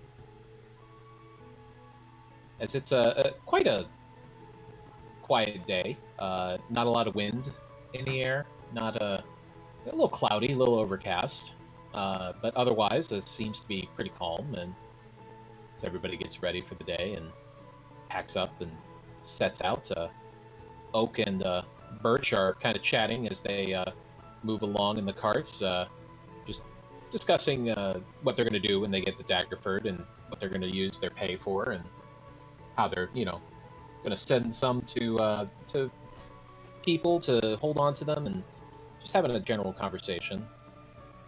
As let me get perception checks from everybody. This will be smell based. Smelly smell, that smells smelly. Shit. Didn't help me much. All right. Why do you fail your nose? I know, right? All right. Oh, come on.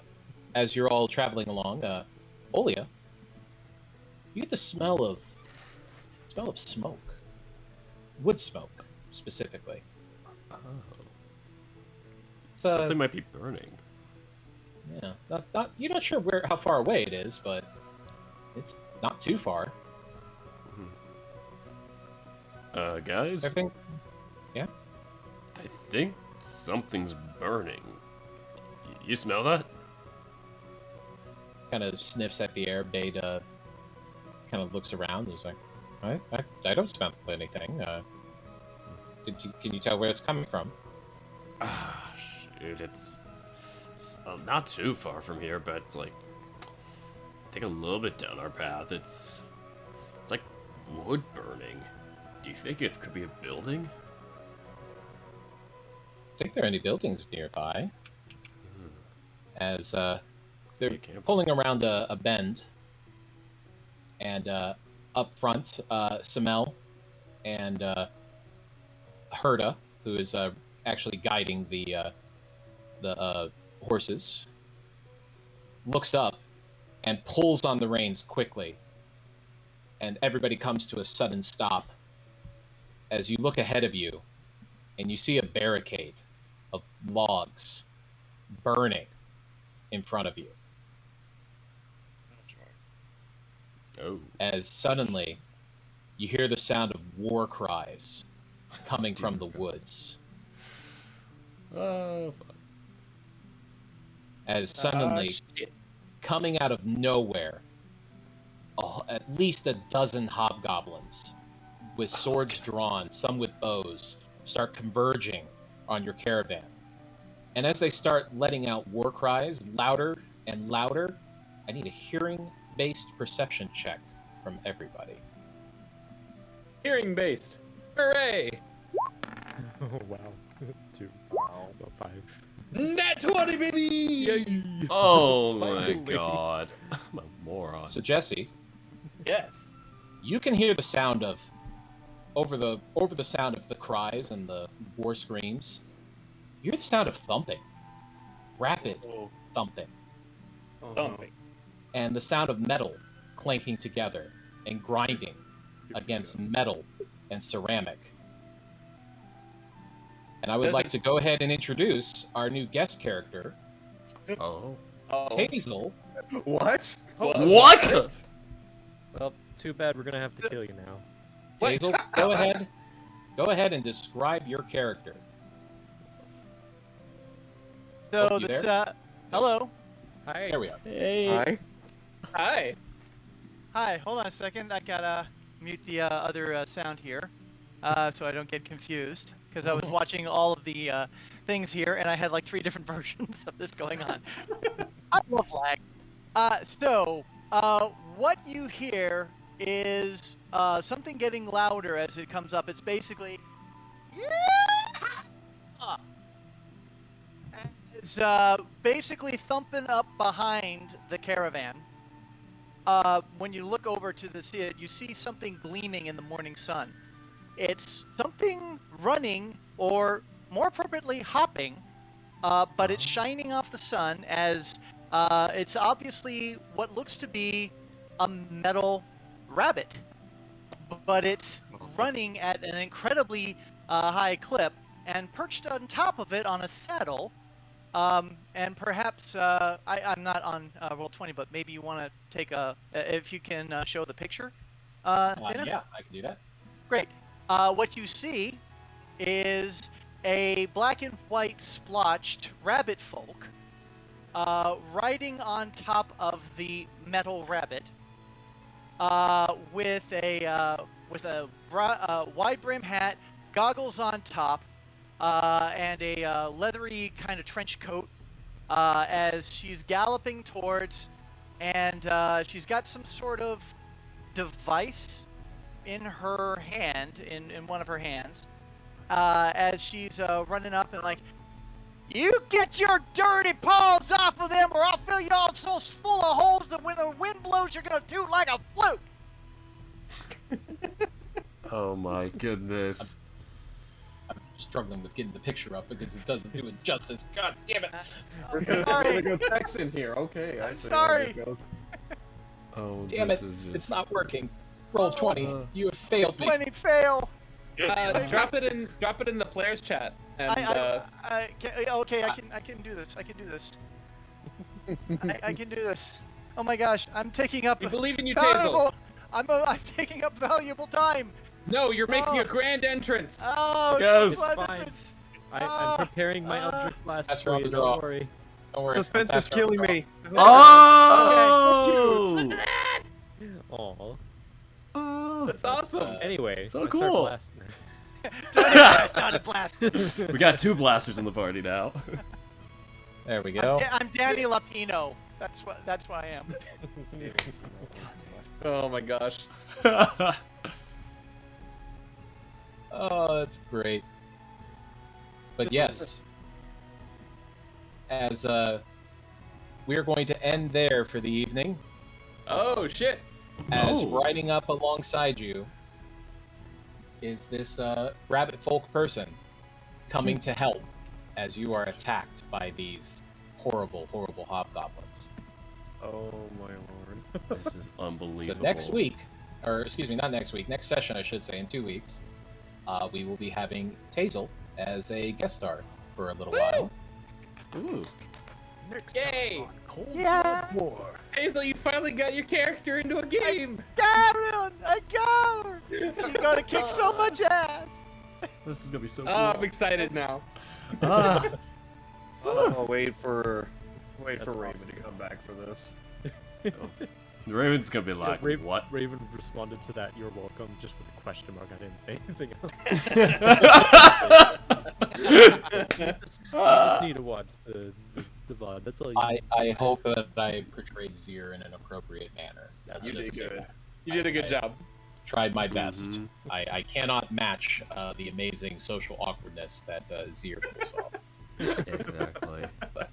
I try my best. But yeah, Tazel, thank you very much for being a sport and joining in at the last second here. I know it's kind of annoying to not be able to jump in and Oh. everything, but That's okay, the reaction was well worth it. uh, I It's, was, this that is a makes me wonderful happy. surprise. that's God, awesome. this is. Wait till you see what this what this character can do. Reading from I- Dustin's I'm so excited. chat, I'm just seeing Gamerwolf going, the audience can be in this game as guest characters? Occasionally, Why Tazel not? is the first. Oh my gosh! No Probably pressure. not the last. You have to accomplish many different tasks before you can enter into this game of Including You must including sign a rank. waiver, you must give There is- artifacts there is an gold, initi- dodge a there is an blast from initiation. Eldrath. Yep. Mhm. Yeah, there's like a whole hazing process. We Yeah. need a blood signed contract. Eldrath doesn't is have to usually be the one who your gives blood. it. Does that be your No. blood? It just has to be blood. Specifically, Well, your Yay! because we know you'll try and trick us. I'll trick you? Yeah. Really? Oh.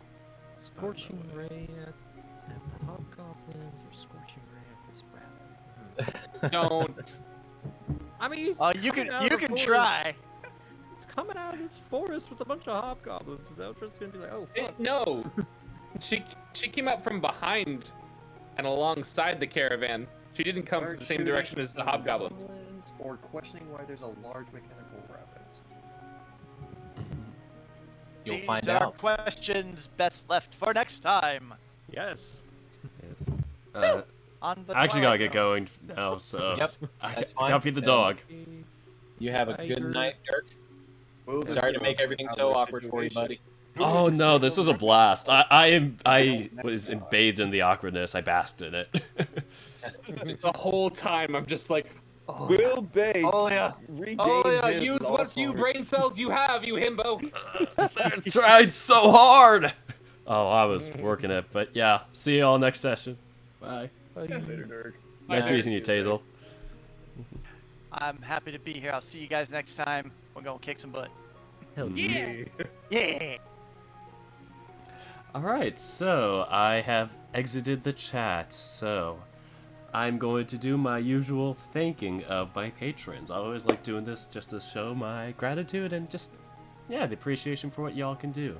And there are some good perks that come with it too, like exclusive Net Safer readings, early access to my visual novel, Ocean Avenue, 7 days before the public, and somewhat much more. I am thinking of stuff as we go. Just my little bonus stuff that I like to give, but I will start out with my fellow dorks.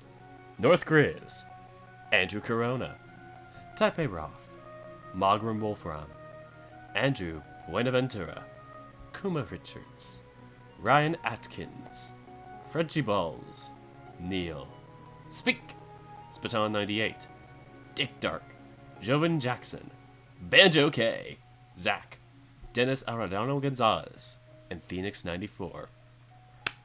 Now, I gotta give a very, very, very, very, very special thanks to my exclusive dorks, Kale Tiger and Taylor. So that's gonna conclude things for tonight. Sorry, I'm just gonna be rushing this because I gotta feed the dog, gotta do some chores around the house, home alone. But yeah, that's all for tonight. I'm looking forward to this next session. This is gonna be so awesome. I can't sleep just yet, Koro. It's only 8 o'clock here. But anyway, have a good night, folks. Thank you so much. Take care. I have no go-to motto for this channel, so I'm changing it up. Have a good night, everyone.